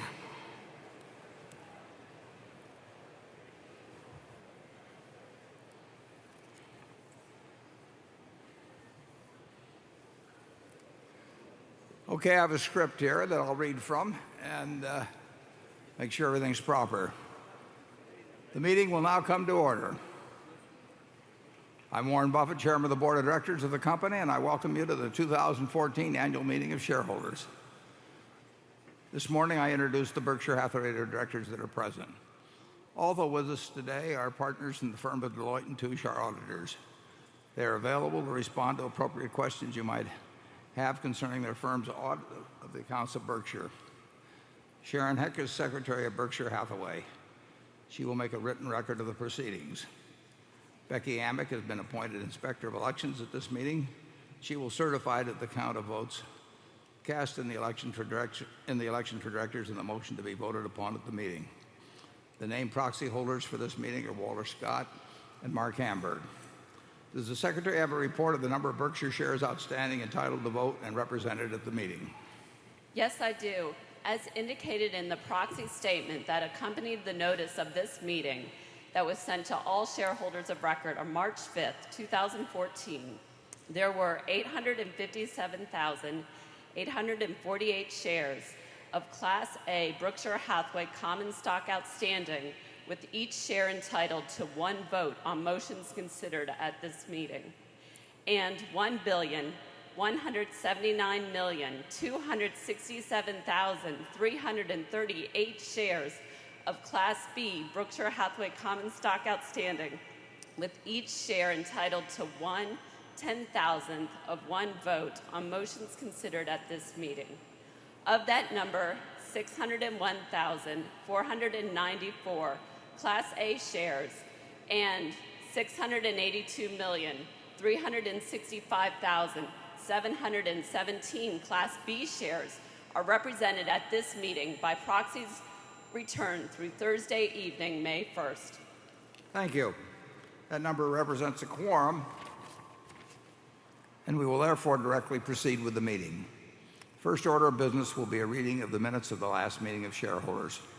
I recognize Mr. Walter Scott, who will place the motion before the meeting. I move that the reading of the minutes of the last meeting of the shareholders be dispensed with and the minutes be approved. Do I hear a second? The motion has been moved and seconded. Are there any comments or questions? We will vote on this motion by voice vote. All those in favor say aye. Opposed? The motion is carried. The next item of business is to elect directors. If the shareholder is present who did not send in a proxy or wishes to withdraw a proxy previously sent in, you may vote in person on the election of directors and other matters to be considered at this meeting. Please identify yourself to one of the meeting officials in the aisle so that you can receive a ballot. I recognize Mr. Walter Scott to place a motion before the meeting with respect to election of directors.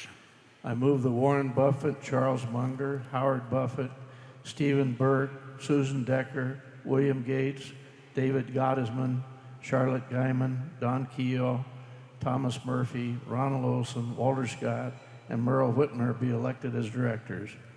Is there a second? I second the motion.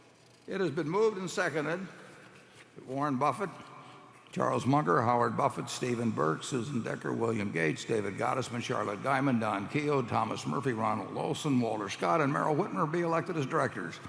Are there any other nominations? Is there any discussion? The nominations are ready to be acted upon. If there are any shareholders voting in person, they should now mark their ballot on the election of directors and deliver their ballot to one of the meeting officials in the aisles. Ms. Amick, when you are ready, you may give your report. My report is ready.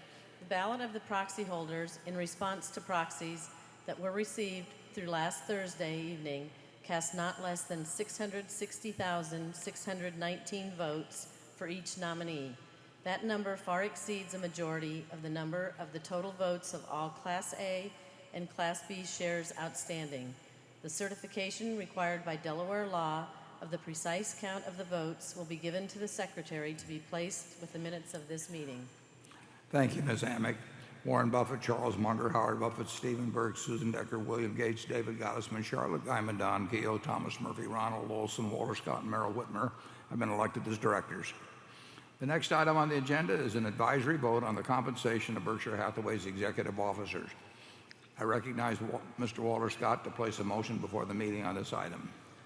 I move that the shareholders of the company approve on an advisory basis the compensation paid to the company's named executive officers as disclosed pursuant to item 402 of the regulation SK, including the compensation discussion and the analysis and the accompanying compensation tables and the related narrative discussion in the company's 2014 annual meeting proxy statement. Is there a second? I second the motion. It has been moved and seconded that the shareholders of the companies approve on an advisory basis the compensation paid to the company's named executive officers. Is there any discussion? I believe there may be on this. Do we have anyone? Okay. Ms. Amick, when you are ready, you may give your report. Report is ready. The ballot of the proxy holders in response to proxies that were received through last Thursday evening cast not less than 666,751 votes to approve on an advisory basis the compensation paid to the company's named executive officers. That number far exceeds a majority of the number of the total votes of all Class A and Class B shares outstanding. The certification required by Delaware law of the precise count of the votes will be given to the Secretary to be placed with the minutes of this meeting. Thank you, Ms. Amick. A motion to approve on an advisory basis the compensation paid to the company's named executive officers has passed. The next item on the agenda is an advisory vote on the frequency of a shareholder advisory vote on compensation of Berkshire Hathaway's executive officers. I recognize Mr. Walter Scott to place a motion before the meeting on this item. I move that the shareholders of the company determine on an advisory basis the frequency, whether by annual, biennial, or triennial, with which they shall have an advisory vote on the compensation paid to the company's named executive officers as set forth in the company's 2014 annual meeting proxy statement. Is there a second? I second the motion. It has been moved and seconded that the shareholders of the company determine the frequency with which they have an advisory vote on compensation of named executive officers, with the options being every 1, 2, or 3 years. Is there any discussion? And I believe on this one there is somebody wishes to speak. Yes. Boston, Massachusetts. I suggest a vote of 1 year in order to change the policy of named executives. In addition to Warren, Charlie, and Mark, the company should report Ajit Jain's salary. He is irreplaceable, and Warren works integrally with him in setting insurance rates. Since there should be 5 members of management, either another insurance manager or someone from the capital-related industries group from BNSF or Mid-America should also be added. You are so lean at corporate that group managers should be named. 2 should be named, but at least Ajit should be added. The CEOs of former Fortune 500 used to disclose what is their compensation now. There is no retirement age at Berkshire, which is fine, but there should be more depth of disclosure. And this should be done next year, not 3 years from now. Is there anyone else that doesn't appear to be? I personally actually agree with the 1 year frequency on this normally, but it does seem in the case of Berkshire that considering what's required and considering what the numbers are and everything, that it probably doesn't make a whole lot of sense. But I generally feel 1 year is not a bad idea. I do not think it's a good idea to start selecting people among the managers to give compensation for the reasons discussed earlier. Okay, Ms. Amick, when you are ready, you may give your report. My report is ready. The ballot of the proxy holders in response to proxies that were received through last Thursday evening cast 113,530 votes for a frequency of every year, 2,412 votes for a frequency of every 2 years, and 552,309 votes for a frequency of every 3 years of an advisory vote on the compensation paid to the company's named executive officers. The certification required by Delaware law of the precise count of the votes will be given to the Secretary to be placed with the minutes of this meeting. Thank you, Ms. Amick. Shareholders of the company determined on an advisory basis that they shall have an advisory vote on the compensation paid to the company's named executive officers every 3 years. The next item of business is a motion put forth by Meyer Family Enterprises, LLC, a Berkshire shareholder represented by Brady Anderson and Linda Nikazi. The motion is set forth in the proxy statement.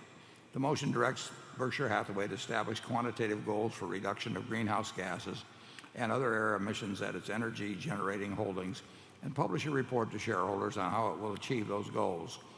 The directors have recommended that the shareholders vote against the proposal. I will now recognize Brady Anderson and Linda Nikoski to present the motion. To allow all interested shareholders to present their views, I ask them to limit their remarks to 5 minutes. Good afternoon, Mr. Buffett, Mr. Munger, ladies and gentlemen. My name is Lyndon Ngosi from Swaziland, and this is Brady Anderson from Iowa. We are students of economics and finance at Wartburg College in Iowa and are here representing a delegation of students who manage a $1.2 million portfolio that includes shares of Berkshire Hathaway. We very much appreciate the opportunity to take part in this celebrated event.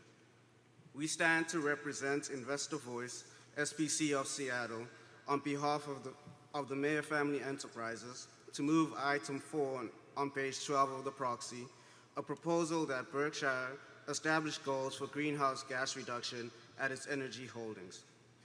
We applaud Berkshire Hathaway Energy for having the largest renewable energy portfolio in the country.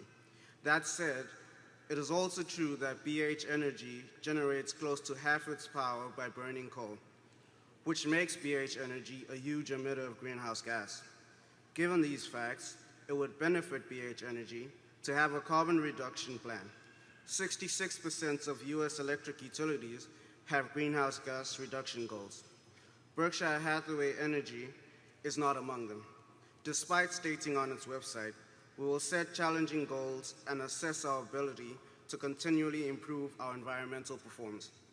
As shareholders are aware, climate disruption creates profound financial risk for the global economy as well as for Berkshire.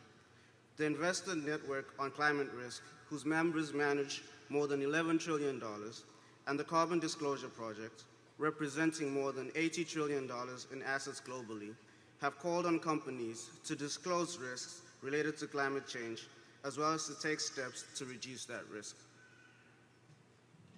The SEC has stated that climate risks are financially material and that they must be disclosed.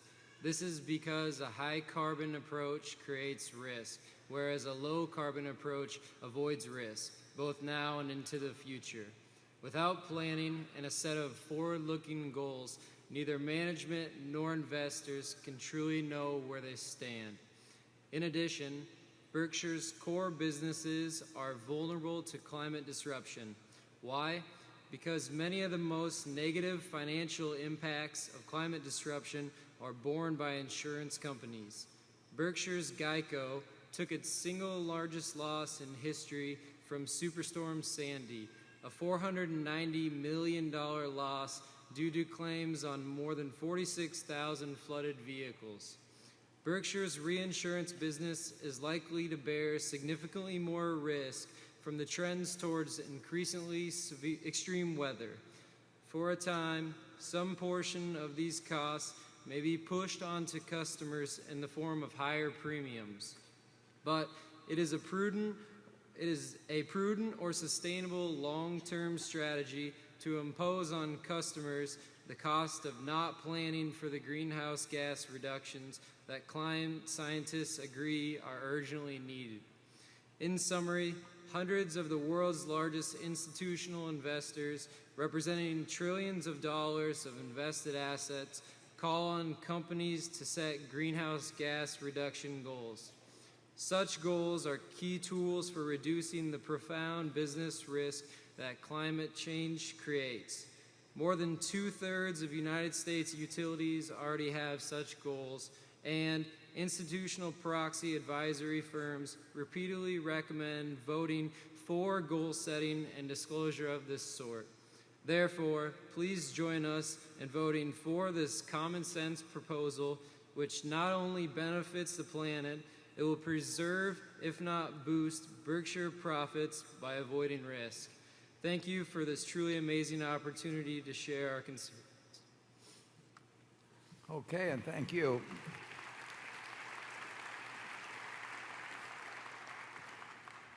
I assume that the fact the lights went off, there's nobody additionally that would like to speak on the motion for or against. Hearing nothing, I'll say that the motion is now ready to be acted upon. If there are any shareholders voting in person, they should now mark their ballot on the motion and deliver their ballot to one of the meeting officials in the aisles. Ms. Amick, when you are ready, you may give your report. My report is ready. The ballot of the proxy holders in response to proxies that were received through last Thursday evening cast 49,553 votes for the motion and 561,642 votes against the motion. As the number of votes against the motion exceeds a majority of the number of votes of all Class A and Class B shares outstanding, the motion has failed. The certification required by Delaware law of the precise count of the votes will be given to the Secretary to be placed with the minutes of this meeting. Thank you, Ms. Amick. The proposal fails. The next item of business is a motion put forward by David Witt. The motion is set forth in the proxy statement. The motion requests that the Board of Directors consider payment of a dividend. The directors have recommended that the shareholders vote against the proposal. Mr. Witt available?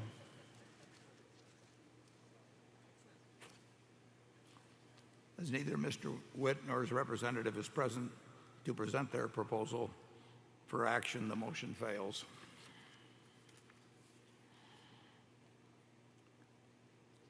Okay.